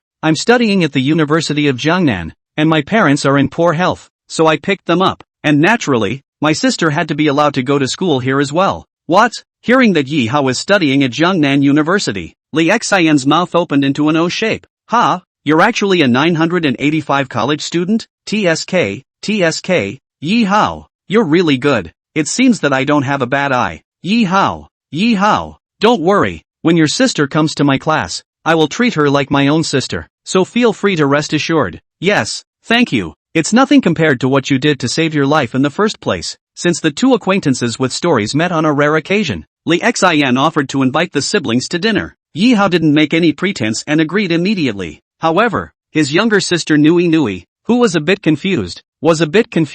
How come wherever brother goes, he is accompanied by beautiful women? A few days ago, the black silk sister who saved her. But this black silk sister is so high and cold that Nui Nui doesn't like her anymore. And then there's my brother's colleague, Sister Su Wenting. Now, there is another classroom teacher, Ms. Li Xin. These are super pretty big sisters. The little girl was confused. Mr. Li, if you become my sister-in-law, is it true that Nui Nui will be able to walk sideways? With sister-in-law as my homeroom teacher, no one in my class should dare to bully me, right? Yi Hao, Li Xin, childish talk. Don't take it seriously. Yi Hao sweated. His sister said the most about her sister-in-law and sister-in-law. When she saw Yi Hao talking to a beautiful woman, she thought that they were her sister-in-law. Is she afraid her brother won't find a girlfriend? Or is there an ulterior motive? If it wasn't for the fact that his sister was a girl, but a boy, Yi Hao really wanted to whip him. Does Nui Nui want Ms. Li to become your sister-in-law? Li Xin teased.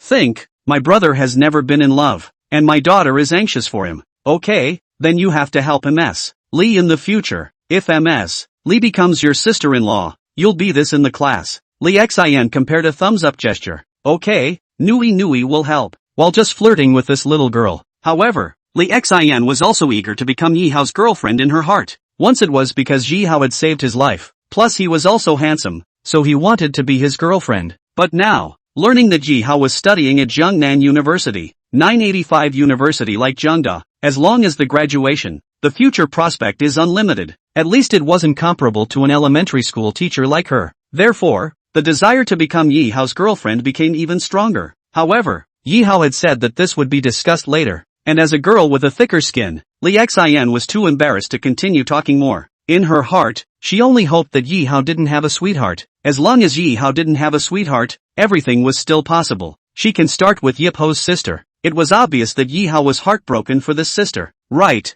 as long as we take care of Nui Nui, the probability of becoming Yi Hao's girlfriend is still very high. Thinking of this, Li Xian was enlightened. Chapter 20, Live-in Nannies. Originally, I was worried that my sister wouldn't be used to going to school in the city. After all, new environment, new classmates, new teachers. But seeing how his sister was chatting happily with her homeroom teacher Li Xian, Yi Hao was sort of relieved. No matter what, Li Xian was also Yi Hao's old friend. Moreover, she had also said that she would treat Nui Nui as if she was her own sister. Having solved the problem of my sister's schooling, there was another problem that needed to be solved. Yi Hao and his sister have started school. Who takes care of my parents at home during the week when they are still recovering from their leg problems? Yi Hao made a calculation. My sister's school expenses were eliminated, and now it's just rent of $3,000 a month plus about $200 a month for utilities. There are also $6,000 per month for my parents' medications, $2,000 for follow-up visits to the hospital, and about $3,000 for the family's daily expenses. If you get $50,000 from Yoon every month, if you subtract all these expenses, you'll still have more than $30,000 left. Hire a babysitter for your parents. When I go to school, I'll have to think about the money-making gateway, too, in case one day, Sister Yoon doesn't want to encumber herself, then she will lose her financial resources. It's never better to pin your hopes on someone else than on yourself. This truth Yi Hao had always understood. In the evening, Yi Hao opened a recruitment website. The current main thing is to solve the problem of the parents first, so that he will be at ease with the study, at ease to think about the doorway to make money. After filling out an advertisement for a nanny on top of a recruitment website, Yi Hao, in just a few minutes, his phone was ringing off the hook with applicants. Nanny I, 50 years old, female, full-time nanny, expects to earn $12,000. Nanny 2, 40 years old, female, full-time nanny, expects to earn $13,000. Nanny 3, 35 years old, male, full-time nanny, expects to earn $15,000. Nanny 4, 23 years old, female, full-time nanny, but not living at home, expects to earn $10,000. After organizing a large pile of applicants, Yi Hao man num. It's also too expensive to hire a ing nanny for your parents. If it wasn't for Sister Yin paying a month's salary in advance, Yi Hao really couldn't afford to hire a nanny. However, it is understandable. Jiangnan City is, after all, one of the top 10 cities in the Great Xia State, with a high level of consumption and naturally demanding wages. There were also a few male nannies, which also left Yi Hao somewhat speechless. This was directly passed over by him. In the end, Yi Hao rested his eyes on the female nanny who was 23 years old and didn't live at home, in addition to the minimum wage she asked for. Another reason was that Yi Hao looked at the information she had submitted for her resume, and surprisingly, she was from the same county as himself. Same county, kind of an old hometown. Fighting in a big city like Jiangnan City, Yi Hao was naturally willing to take care of his hometown. As for her not living at home, Yi Hao is also well aware of the rules of this business. After all, people are only 23, young, and perhaps they are afraid of being bullied by their employers, which is why they explicitly say that they don't live at home. It doesn't matter if she lives at home or not. Her parents are basically asleep by 2300 hours every night anyway, and she doesn't need to take care of them in the middle of the night. After making sure, Yi Hao dialed that nanny's phone number. Hi, I was on the nanny job board and looked at the profile you submitted. You're hired.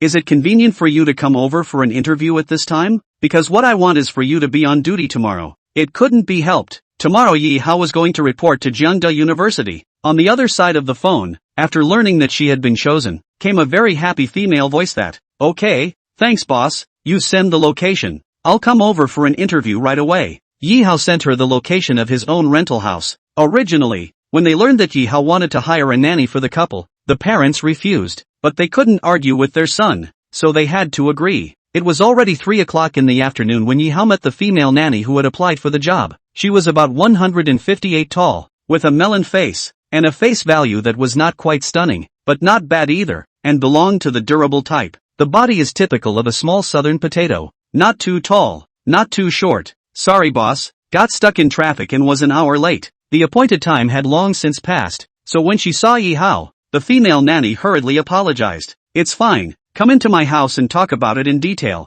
Yi Hao's parents recognized the female nanny at a glance when she walked into their rented house with her. Yeah, eh? The reaction of his parents startled Yi Hao. That's not ing scientific, is it? What's with the feeling of familiarity everywhere? My sister's homeroom teacher is an acquaintance, and this hiring a nanny? But Yi Hao swore that from memory. He really had no impression of this girl. Auntie, uncle? The female nanny obviously recognized Yi Hao's parents as well. You really know each other? Yi Hao was directly numb. How? Call your sister. This is your mom's daughter, Zhang Ye, my distant cousin's daughter. You still see each other as children, and you've grown up all different from each other, so you don't recognize each other. Okay, the first generation is close, the second generation is a table, and the third and fourth generations can't be recognized. This was the third generation, and it was normal for Yi Hao not to recognize it. Auntie, I heard from my parents earlier that you left your rural home for treatment after you became seriously ill. So, you guys came to Jiangnan City. Your family, you even have a house in Jiangnan City?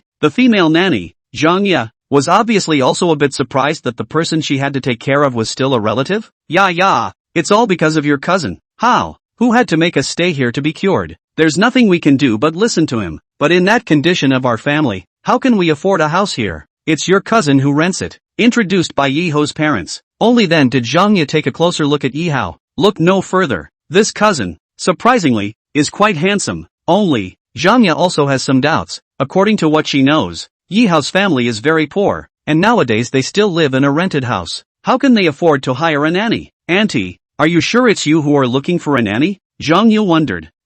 Yeah, cousin, since we're all acquaintances, I won't talk to you face to face, and the salary will be the same price you quoted. What do you think? Yi Hao did not talk nonsense, since we all know each other and are relatives. A face-to-face meeting is not necessary. Well, it's just that, cousin. The information I reported earlier was that I don't live at home, and that's because I'm afraid of meeting a bad employer. But since I'm an acquaintance, can I stay at your place so I can save some rent too? I can see that this distant cousin should be quite difficult as well. In a big city like Jiangnan City, there is a lot of competition for jobs, and many undergraduates can't find a job. Not to mention rural people like Zhang Ye who only have a high school education. Why else would she get a job like babysitting at such a young age when she's only 23? Okay, cousin, it just happens to be 3 rooms. You'll sleep in my room. I usually sleep at the school. Learned that Yi Hao is still studying? Zhang Ye was a little confused again. Can a college student, even a 985 college student, who is only a sophomore, afford to make 10,000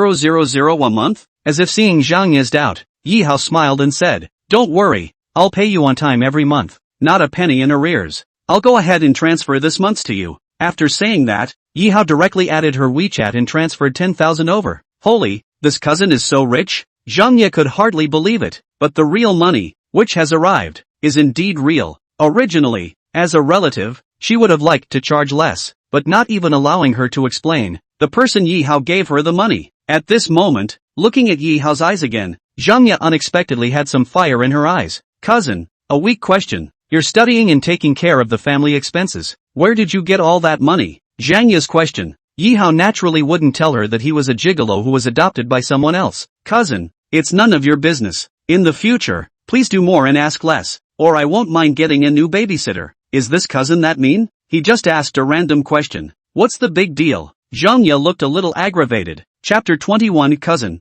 Don't. Yi Hao moved his things to his sister's that house, vacated his room for the live-in nanny. Zhang Ye, my sister won't have to worry. My parents won't have to worry. Yi Hao felt somewhat relieved. Originally, when Zhang Ye stayed over tonight, Yi Hao had planned to go to school today, but again, he didn't go, and had to explain something to Zhang Ye, like grocery shopping, like picking up your daughter from school, at 23 o'clock p.m.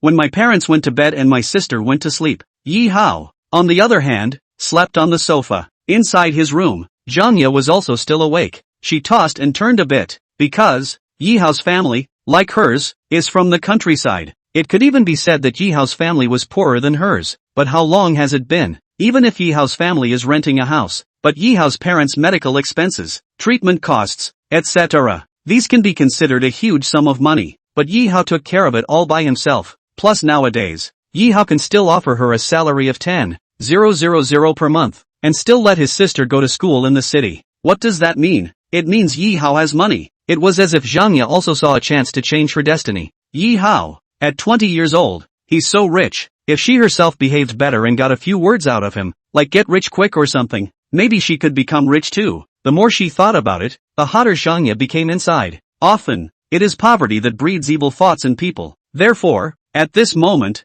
Zhangya unexpectedly had evil thoughts. She looked through the cat's eye of the bedroom. Yi Hao was lying in the living room, playing with his cell phone, not yet asleep. So, Zhangya quietly opened the door and walked out. When Yi Hao heard the movement of a slight door opening, he looked up and, only to see that in the darkness of the night, Zhangya was wearing a semi-transparent nightgown and walking towards Yi Hao. That semi-transparent nightgown is hidden. To the naked eye, Zhangya's perfect body was visible under the dim light. Although it's a small southern potato, but Zhangya's body, it's really not bad. Where it should be, she has it all. To say she has a standard S-shaped body would be an understatement. Late night, couch, translucent pajamas, with the addition of a perfect body. Yi Hao hurriedly got up from the sofa and, for fear of waking his parents, he didn't speak up and, shouting in a low voice towards Zhangya, "Yeah, what are you doing? My parents are home." "Yeah, don't." Holy, what a loser. I thought that Zhangya had taken a liking to her handsome self and wanted to QJ herself, but the image he had imagined did not appear. Although Zhangya was coming towards him, however, it sat down in front of Yi Hao's sofa, then opening his glass and taking a slow sip of water. Looking toward Yi Hao, Zhangya snorted and laughed. "How? What are you doing? What are you talking about? Don't." Amount. Awkward. Feelings. Zhangya is out for a drink of water? I'm not thinking about anything. You're dressed all sexy this late at night just to come out for a drink? Yi Hao is hard to understand. What the is this operation? If you want a drink of water, why don't you just say so? Just like that? A surprise attack? Tiptoeing around? It's easy to get the wrong idea, alright. After all, there's a living, breathing 180-year-old man lying on the couch. Yes, my mouth is dry. Is it hard to die of thirst without drinking water? Okay, you have a mouth on you. You can say whatever you want. Yi Hao was speechless. Then can you get water to the house for drinking? It's late at night and you're dressed like this, alone. Aren't you afraid that people will misunderstand you? Yi Hao directly gave her a big blank stare. Normal wear. No bad leads. I'm afraid you're just messing with your own head, aren't you? Lean. You got it. Yi Hao realistically, for a few seconds, messed up his thoughts. Hootie. That's it? How? Even though we didn't know each other before and only met when we were kids. But you say, this relationship of ours? No. Zhangya suddenly asked this again? Yi Hao directly did not know what she wanted to say. Sister, yeah. If there's something, it's better to just say it. Well then, I'd like to ask, what exactly do you do for a living? And how did you suddenly become rich?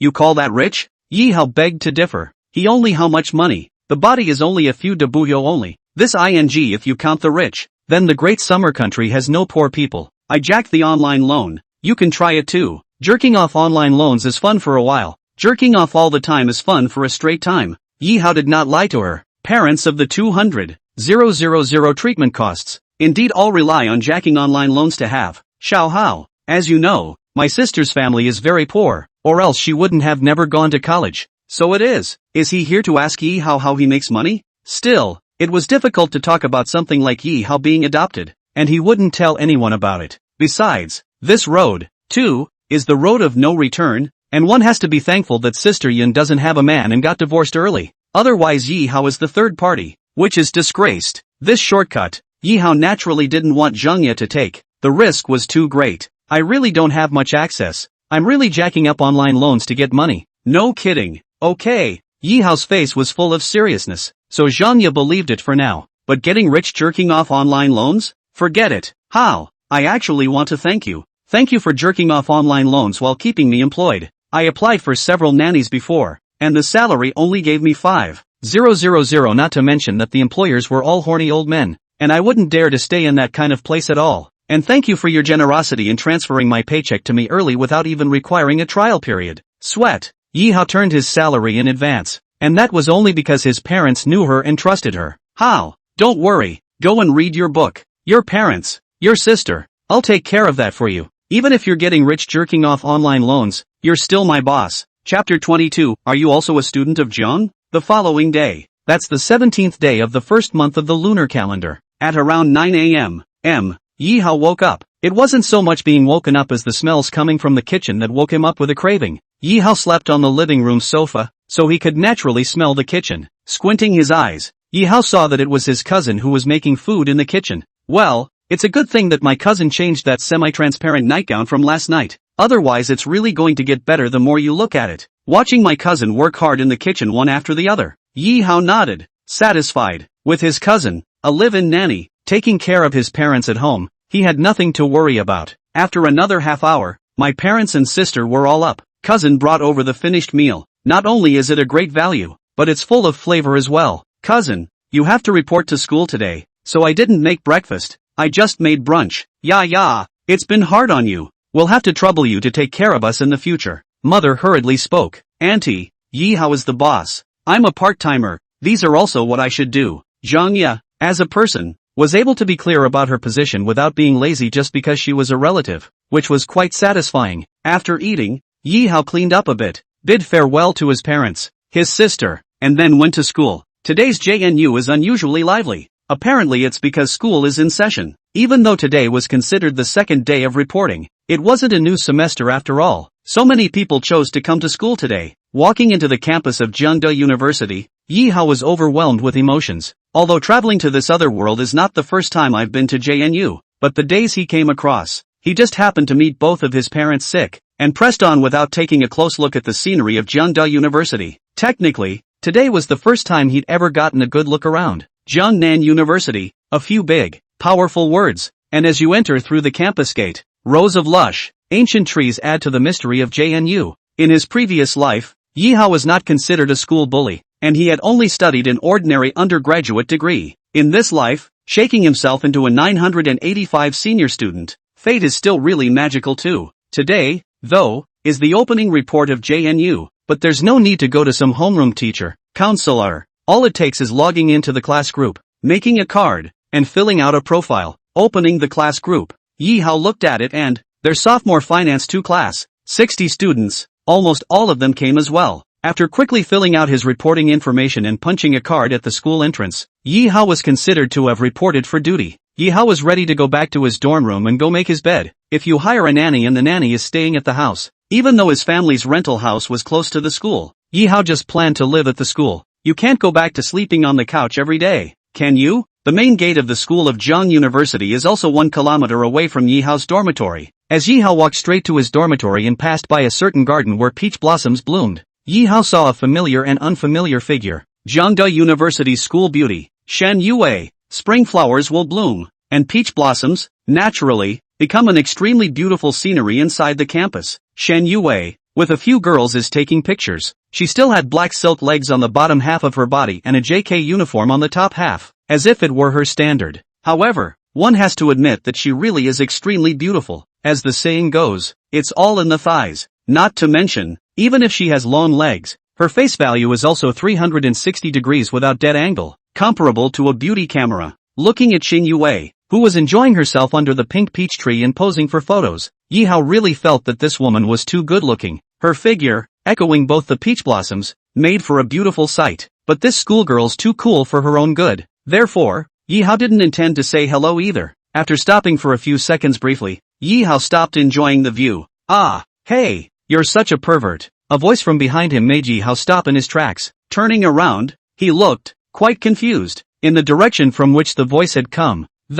Exactly what Xin Yue said. You're talking about me? Yi Hao pointed a finger at himself. Who is it if not you? Xin Yue was so angry that her face turned a little white. No, big brother, I just looked at your black silk thighs for a few seconds and I got perverted? Over there, a bunch of boys are drooling and have been watching for more than a few minutes. What? You're just so prejudiced against me, aren't you? Yi Hao was pretty damn speechless. The eyes are on you, and you've only been looking at them for a few seconds, and you haven't made any lewd faces. Is that ing sick? Do these schoolgirls have cat cakes? No, I'm not saying you're looking at my legs. Xin Yue gritted her teeth and explained. I'm sorry, I can't see anywhere else but your legs if I wanted to, right? Yi Hao expressed his innocence. Didn't I say that last time? I saved your sister and you saved me. We're already kind of even, but I also said to tell you not to follow me. You're so sick, stalking me all the way inside my school. I'm on my way. Xin Yue's words almost didn't make Yi Hao laugh. The last time we met him at the seafood buffet, we said Yi Hao was stalking her. And now,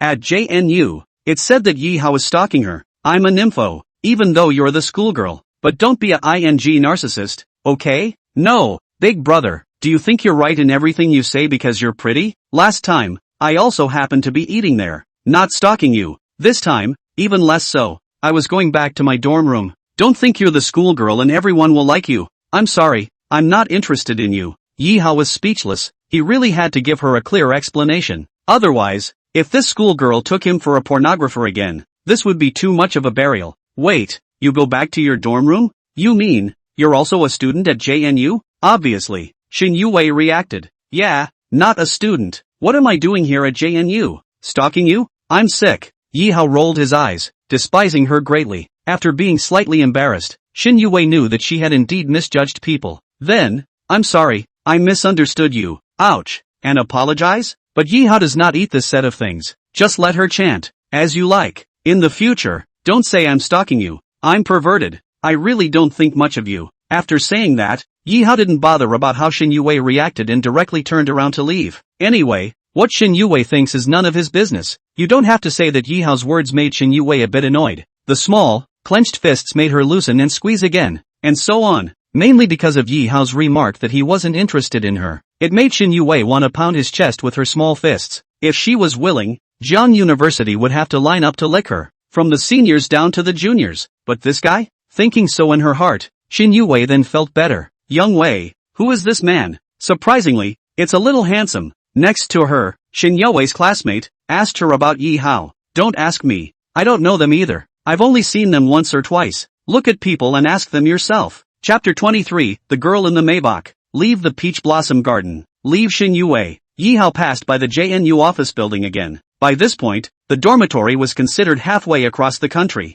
Not far away, downstairs in the office building, a Maybach attracted Yi Hao's attention. To be able to drive a Maybach inside a university is to be either rich or noble. Apparently, the owner of that Maybach is, perhaps, a student at JNU. From memory, I know that there are quite a few students who drive luxury cars at JNU. The Maybach, Porsche 911, these two cars, are also the favorite models of the rich students of JNU. As we all know, it goes without saying how cool it is to drive a luxury car in college. Drive a luxury car, even if you look like a pig, the girls who fall for you will be numerous. That's the reality. After an expression of envy flashed in his heart, Yi Hao quickly regained his composure. At the same time, the idea of finding a doorway and making money grows stronger. Parents, sister also completely do not have to go distracted, and then not single-mindedly to make money. Yi Hao feels sorry for their own identity as a traveler. The Maybach was parked not far from Yi Hao, with double blinkers on. Then the car door slowly opened. A beautiful figure walked out from the passenger side.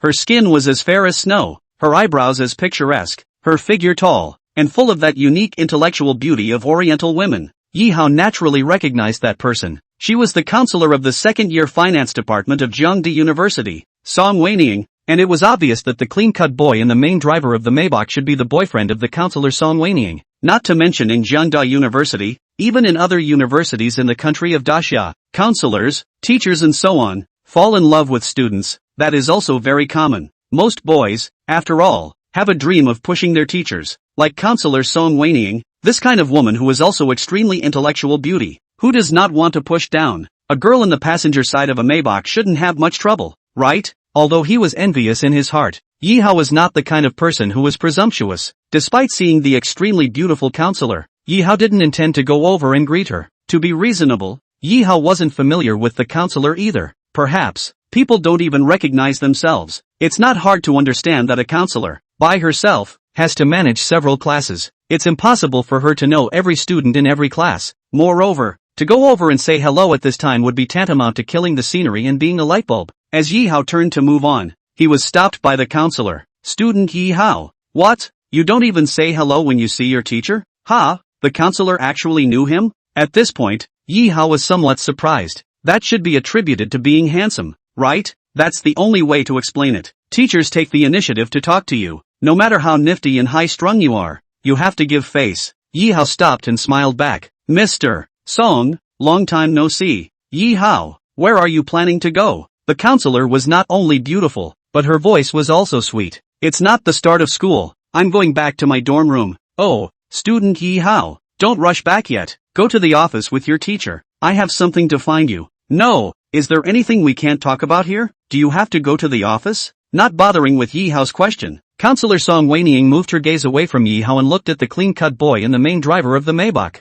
Wang Zimo, go back quickly. I have something to find my student. And, it's okay to chase me. Please don't drive a Maybach in the future. What? MS. Wanning doesn't like the Maybach? Then I'll drive the Cullinan next time. From the main driver came a crisp male voice. Wang Zimo's words caused the counselor to be instantly filled with black lines. Song Weiniang. No, I mean, lay low. Those who don't know still think that I, Song Weiniang, hugged your thigh and am a gold-digging woman. But you know, the Maybach is already my cheapest car. Am I not low-key enough? Wang Zimo looked a bit aggrieved. Ugh. Anyway, the word is out. If you really want to go after me on the down low. If all this, you earned it yourself, I'd kinda appreciate it. But you're relying on your parents, so it's better to keep a low profile and chase me. I like low profile guys. MS. Wanning. Being able to rely on your parents, that's also considered a skill. Being able to be the second generation of the rich. Why would I want to go through the suffering of the rich generation? Wang Zimo didn't think so, and didn't feel there was any shame in relying on his parents. Forget it,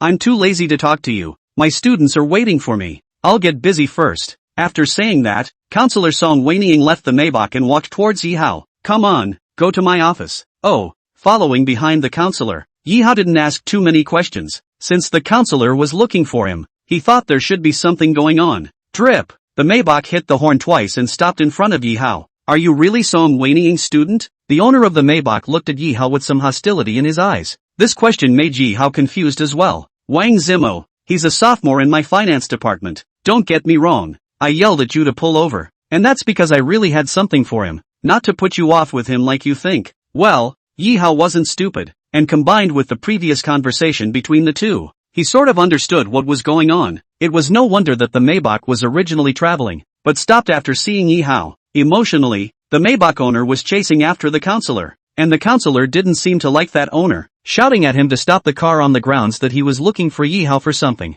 Hootie, a counselor using the excuse that he came to him for something as an excuse? Anyway, he currently had no money, no power, and no status, so this shield, say what you will, was impossible to be. Yihao immediately smiled at the Maybach owner and said, My name is Yihao, sophomore class 2 of the finance department. I don't know what the counselor wanted to see me about, but if it's going to interrupt your date, then I'll excuse myself and leave you alone. Yoo-hoo, this schoolboy, he's quite knowledgeable. Wang Zimo, the owner of the Maybach, was instantly still somewhat impressed with Yihao. Senior Yihao, how are you? I'm Wang Zimo, a senior from the computer science department of Jian University. You can call me Hokage. You see, a single sentence could dissolve the hostility in the other party's eyes, and Yihao was glad that he hadn't somehow been on the receiving end of someone's hatred. In the absence of absolute strength, one's own low profile, not pretending, is certainly the most important. Good day, senior. Yihao didn't make any pretense and directly shouted senior.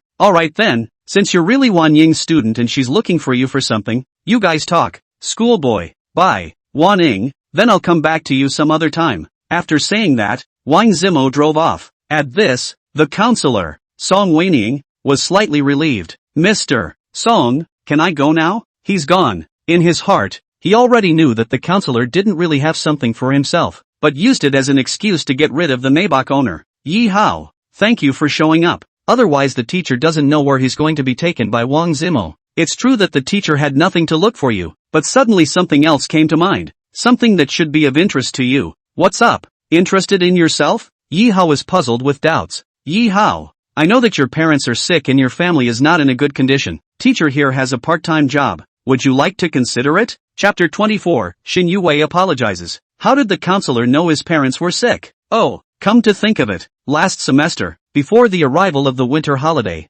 Yihao's parents were both sick, and Yihao looked for a counselor to take a few days off, and their own family is poor, is not a secret. After all, college entrance, family environment these, the school fell early investigation. Mr. Song, what part-time job? With doubts, Yihao asked. Every week, go to the principal's office and clean it. The school can give you a living allowance of 2,000 a month. I thought it was something good. That's it? However, on second thought, a mosquito is meat even if it is small. If it is put aside in the past, before being adopted by Sister Yun, $2,000 for Yihao. It is also a huge amount of money. Mr. Song, is the principal's office big? Sure, it's just the principal's office? Cleaning only once a week? Yihao wants to ask for clarification. If it was just an office, Yihao wouldn't mind. Cleaning once a week and going over to clean 4 times a month equals $500 a time, which isn't bad. Yeah, just the principal's office. someone else cleans the rest. It used to be a girl who did this job. Now there's a new principal at the school. I think it's more appropriate for boys to clean. What kind of sophistry is that? Principal. So the boys have to clean it? But, from the counselor, a new female principal at the school? Oh, not to mention the female principal. The male principal of the previous school Yi Hao also do not know. The female principal, and it is none of his business. Yi Hao didn't think that if he cleaned the principal's office, he would be able to get along with the principal. The kind of person who was the president of JNU has always been high and mighty. After all, the president of 985 universities. Never just the president, so simple. In other places, that is also absolutely the existence of important positions. But for $2,000 Yi Hao has to earn it. Immediately, Yi Hao agreed to come over once every week to clean. Say, Mr. Song, does that principal have a discerning eye? Will she scold me if a single hair is not swept up and causes her displeasure? Yi Hao continued to pursue. It shouldn't be. The principal I also just a few days ago when the meeting met once, see her young, should not be the kind of people who look for bones in the egg. You're asking me? I don't know. After all, Song Weining had only seen the principal's real face once. As for her personality, Song Weining, as the most common counselor, didn't really know either. Alright then, deal. Yi Hao agreed. Let's do it first. $2,000. That's a lot. Yi Hao. Then every Wednesday of the week, come here and find me, and I'll open the door to the principal's office for you. From now on you'll be in charge of hygiene in the principal's office. After determining that Yi Hao was responsible for the hygiene of the principal's office, the counselor didn't have anything else to look for him, so the two of them parted ways here. Yi Hao returned to his dormitory. The men's dormitory in Jiangnan University is always 4 people. Air conditioning, water heater, as if a small apartment. Not surprisingly, Jiangda University has 985 universities, supported by the state vigorously. The students live in a better environment, but also normal. Yi Hao is considered the latest to arrive at school. The other 3 housemates, they came yesterday. However, Yi Hao and the 3 roommates, the relationship is not good. Not bad, is to meet will say hello kind. Who called the original body Yi Hao a good boy and withdrawn personality? A social terrorist. Seeing Yi Hao return to the dormitory, the 3 of them simply greeted each other before continuing to busy themselves with their own things. One of them was playing a game. Playing a virtual girlfriend raising game. *******. 10 consecutive draws. Exploded for labor. SSSR class Yang Mi. My god. This black silk. Labor can't stand it. Well, Yi Hao was a bit speechless. What's a SSSR level Yang Mi? That's a damn old woman. To be reasonable, Yang Mi isn't as good looking as Counselor Song Waning, or school flower Xin Yue. Yi Hao could only say that this housemate's pursuit was too superficial. It's just a virtual girlfriend. Why are you so excited? But then again, Yi Hao himself, in his last life, had also still done certain nasty actions to Yang Mi's AI video. Awkward. As soon as he heard that this housemate 10 consecutive draws, out of the SSSR level Yang Mi, the other 2 also hurried over to join in the fun. No, Superman Chen, you're so lucky? 10 consecutive draws out of Yun Honey. I'm so envious. No, I'm not convinced. I'll have a smoke too. Blessed be the Lord and blessed be the gold and the silver. Now just draw me a SSSR rated hotshot. Saying that, this housemate named Yang Jingtian also opened the girlfriend raising game and joined the lottery. Holy, hit it, and so did Raoul. What a nasty thought. SSSR level hotness, or JK white silk look. Love. Yi Hao was once again speechless. No, you both won. I'll try too. Seeing that his roommate, Superman Chen, and Yang Jingtian had both won the jackpot, this housemate, named Hao Qian, also hurriedly opened the game. Yang Mi, Jiba, I don't want one. Just give me a Tianxian. Ba, give me the center. Ha, really nifty. 10 straight draws. Lu Tianxian even came out? Hao Qian was so excited that he jumped straight up. Holy, what the hell is going on today? In the past, even if you charged 100, 200, or even 500, you couldn't draw. But today, how come the 3 of us got the character of our choice in 10 consecutive free draws? Superman Chen said it was hard to understand. How unbelievably lucky must this be? Holy, it's hard to believe that it's because Yi Hao went back to his dormitory. Yang Jingtian looked at Yi Hao and could hardly suppress his excitement. Nima, Yi Hao is still a lucky star. As soon as Yi Hao came, the game gave me Lu Tianxian for free, saving at least $1,000. At noon brother invited you to dinner. Yi Hao, you have to go too. Hao Qian said excitedly. Hao Qian, as his name suggests, is the best of the 4 in the dormitory. Usually when you play games, it's thousands and thousands of charges, and you don't care about the money. The original body, Yi Hao, was not really close to a few people because of his family situation and personality, but now Yi Hao, who had crossed over, since he had decided to live in the dormitory, the roommate relationship, that definitely had to be dealt with. Okay, I'll go. Yi Hao nodded, even though he had just gone out and had only eaten his cousin's cooking at home, but someone else was treating him and it didn't cost him anything. Yi Hao said that he could still eat. Yi Hao doesn't have a hobby of playing games. After making the bed and falling asleep on it, when Yi Hao woke up, it was already 12 o'clock noon. Amidst the shouts of a few of his housemates, he washed his face and followed along to the JNU cafeteria. Just before arriving at the entrance of the cafeteria, Yi Hao once again met the school flower Xin Yue. It's so nasty. Yi Hao lowered his head, not intending to look at her. Who expected that Xin Yue walked towards him? Haven't asked yet. What's your name? I wonder if it's a senior or a junior. Yi Hao, who was unsure of the reason, said in a deep voice, what's it got to do with you? Xin Yue. After being slightly embarrassed, Xin Yue whitened her face and, don't get me wrong. I wanted to apologize to you for that earlier misunderstanding.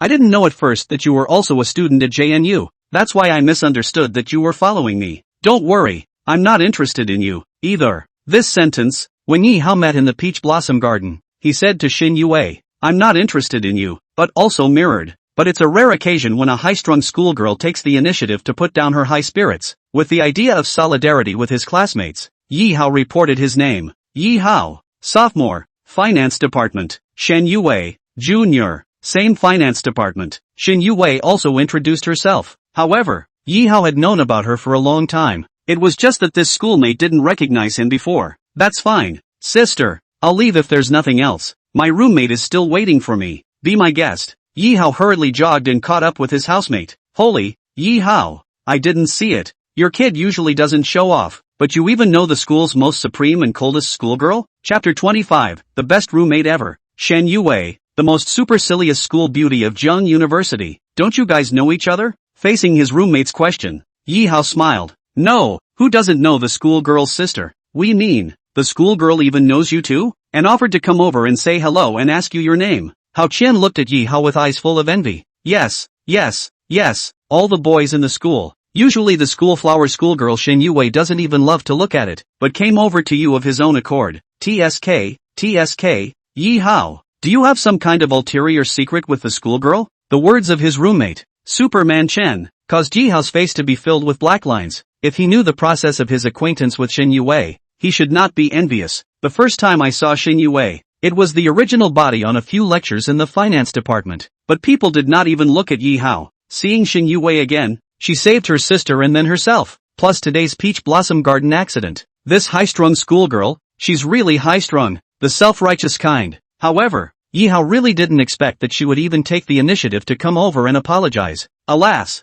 we cannot envy. Who let Yi Hao have that strength? You don't say. His face value and Xin Yue are really well matched. A word from his roommate, Yang Jingtian, is worth all the words. It was a fact that Yi Hao was handsome. It made the three of them, who were also roommates, really jealous. If Yi Hao can handle Xin Yue, it would be considered a glory for our dormitory, our class. When the time comes, you'll have to tell us what she's like. Every time I look at her long black silk legs, I can't help but have a reverie. Hao Qian licked the corner of his mouth, his face full of lewdness. Compared to those E-stars inside the game, this real-life schoolgirl was much more tantalizing. Oh, later, the corners of Yi Hao's mouth rose slightly, and a light smile emerged. Shen Yue? Let's just forget it. Right now, he's not qualified, and he doesn't have the strength. He himself was still a gigolo in someone else's employ, so how could he have the heart to think about all that there was to think about? 305. Today, it kind of fulfills that. The few people no longer bothered to discuss about the schoolgirl's elder sister and focused their attention on eating. Hao Qian,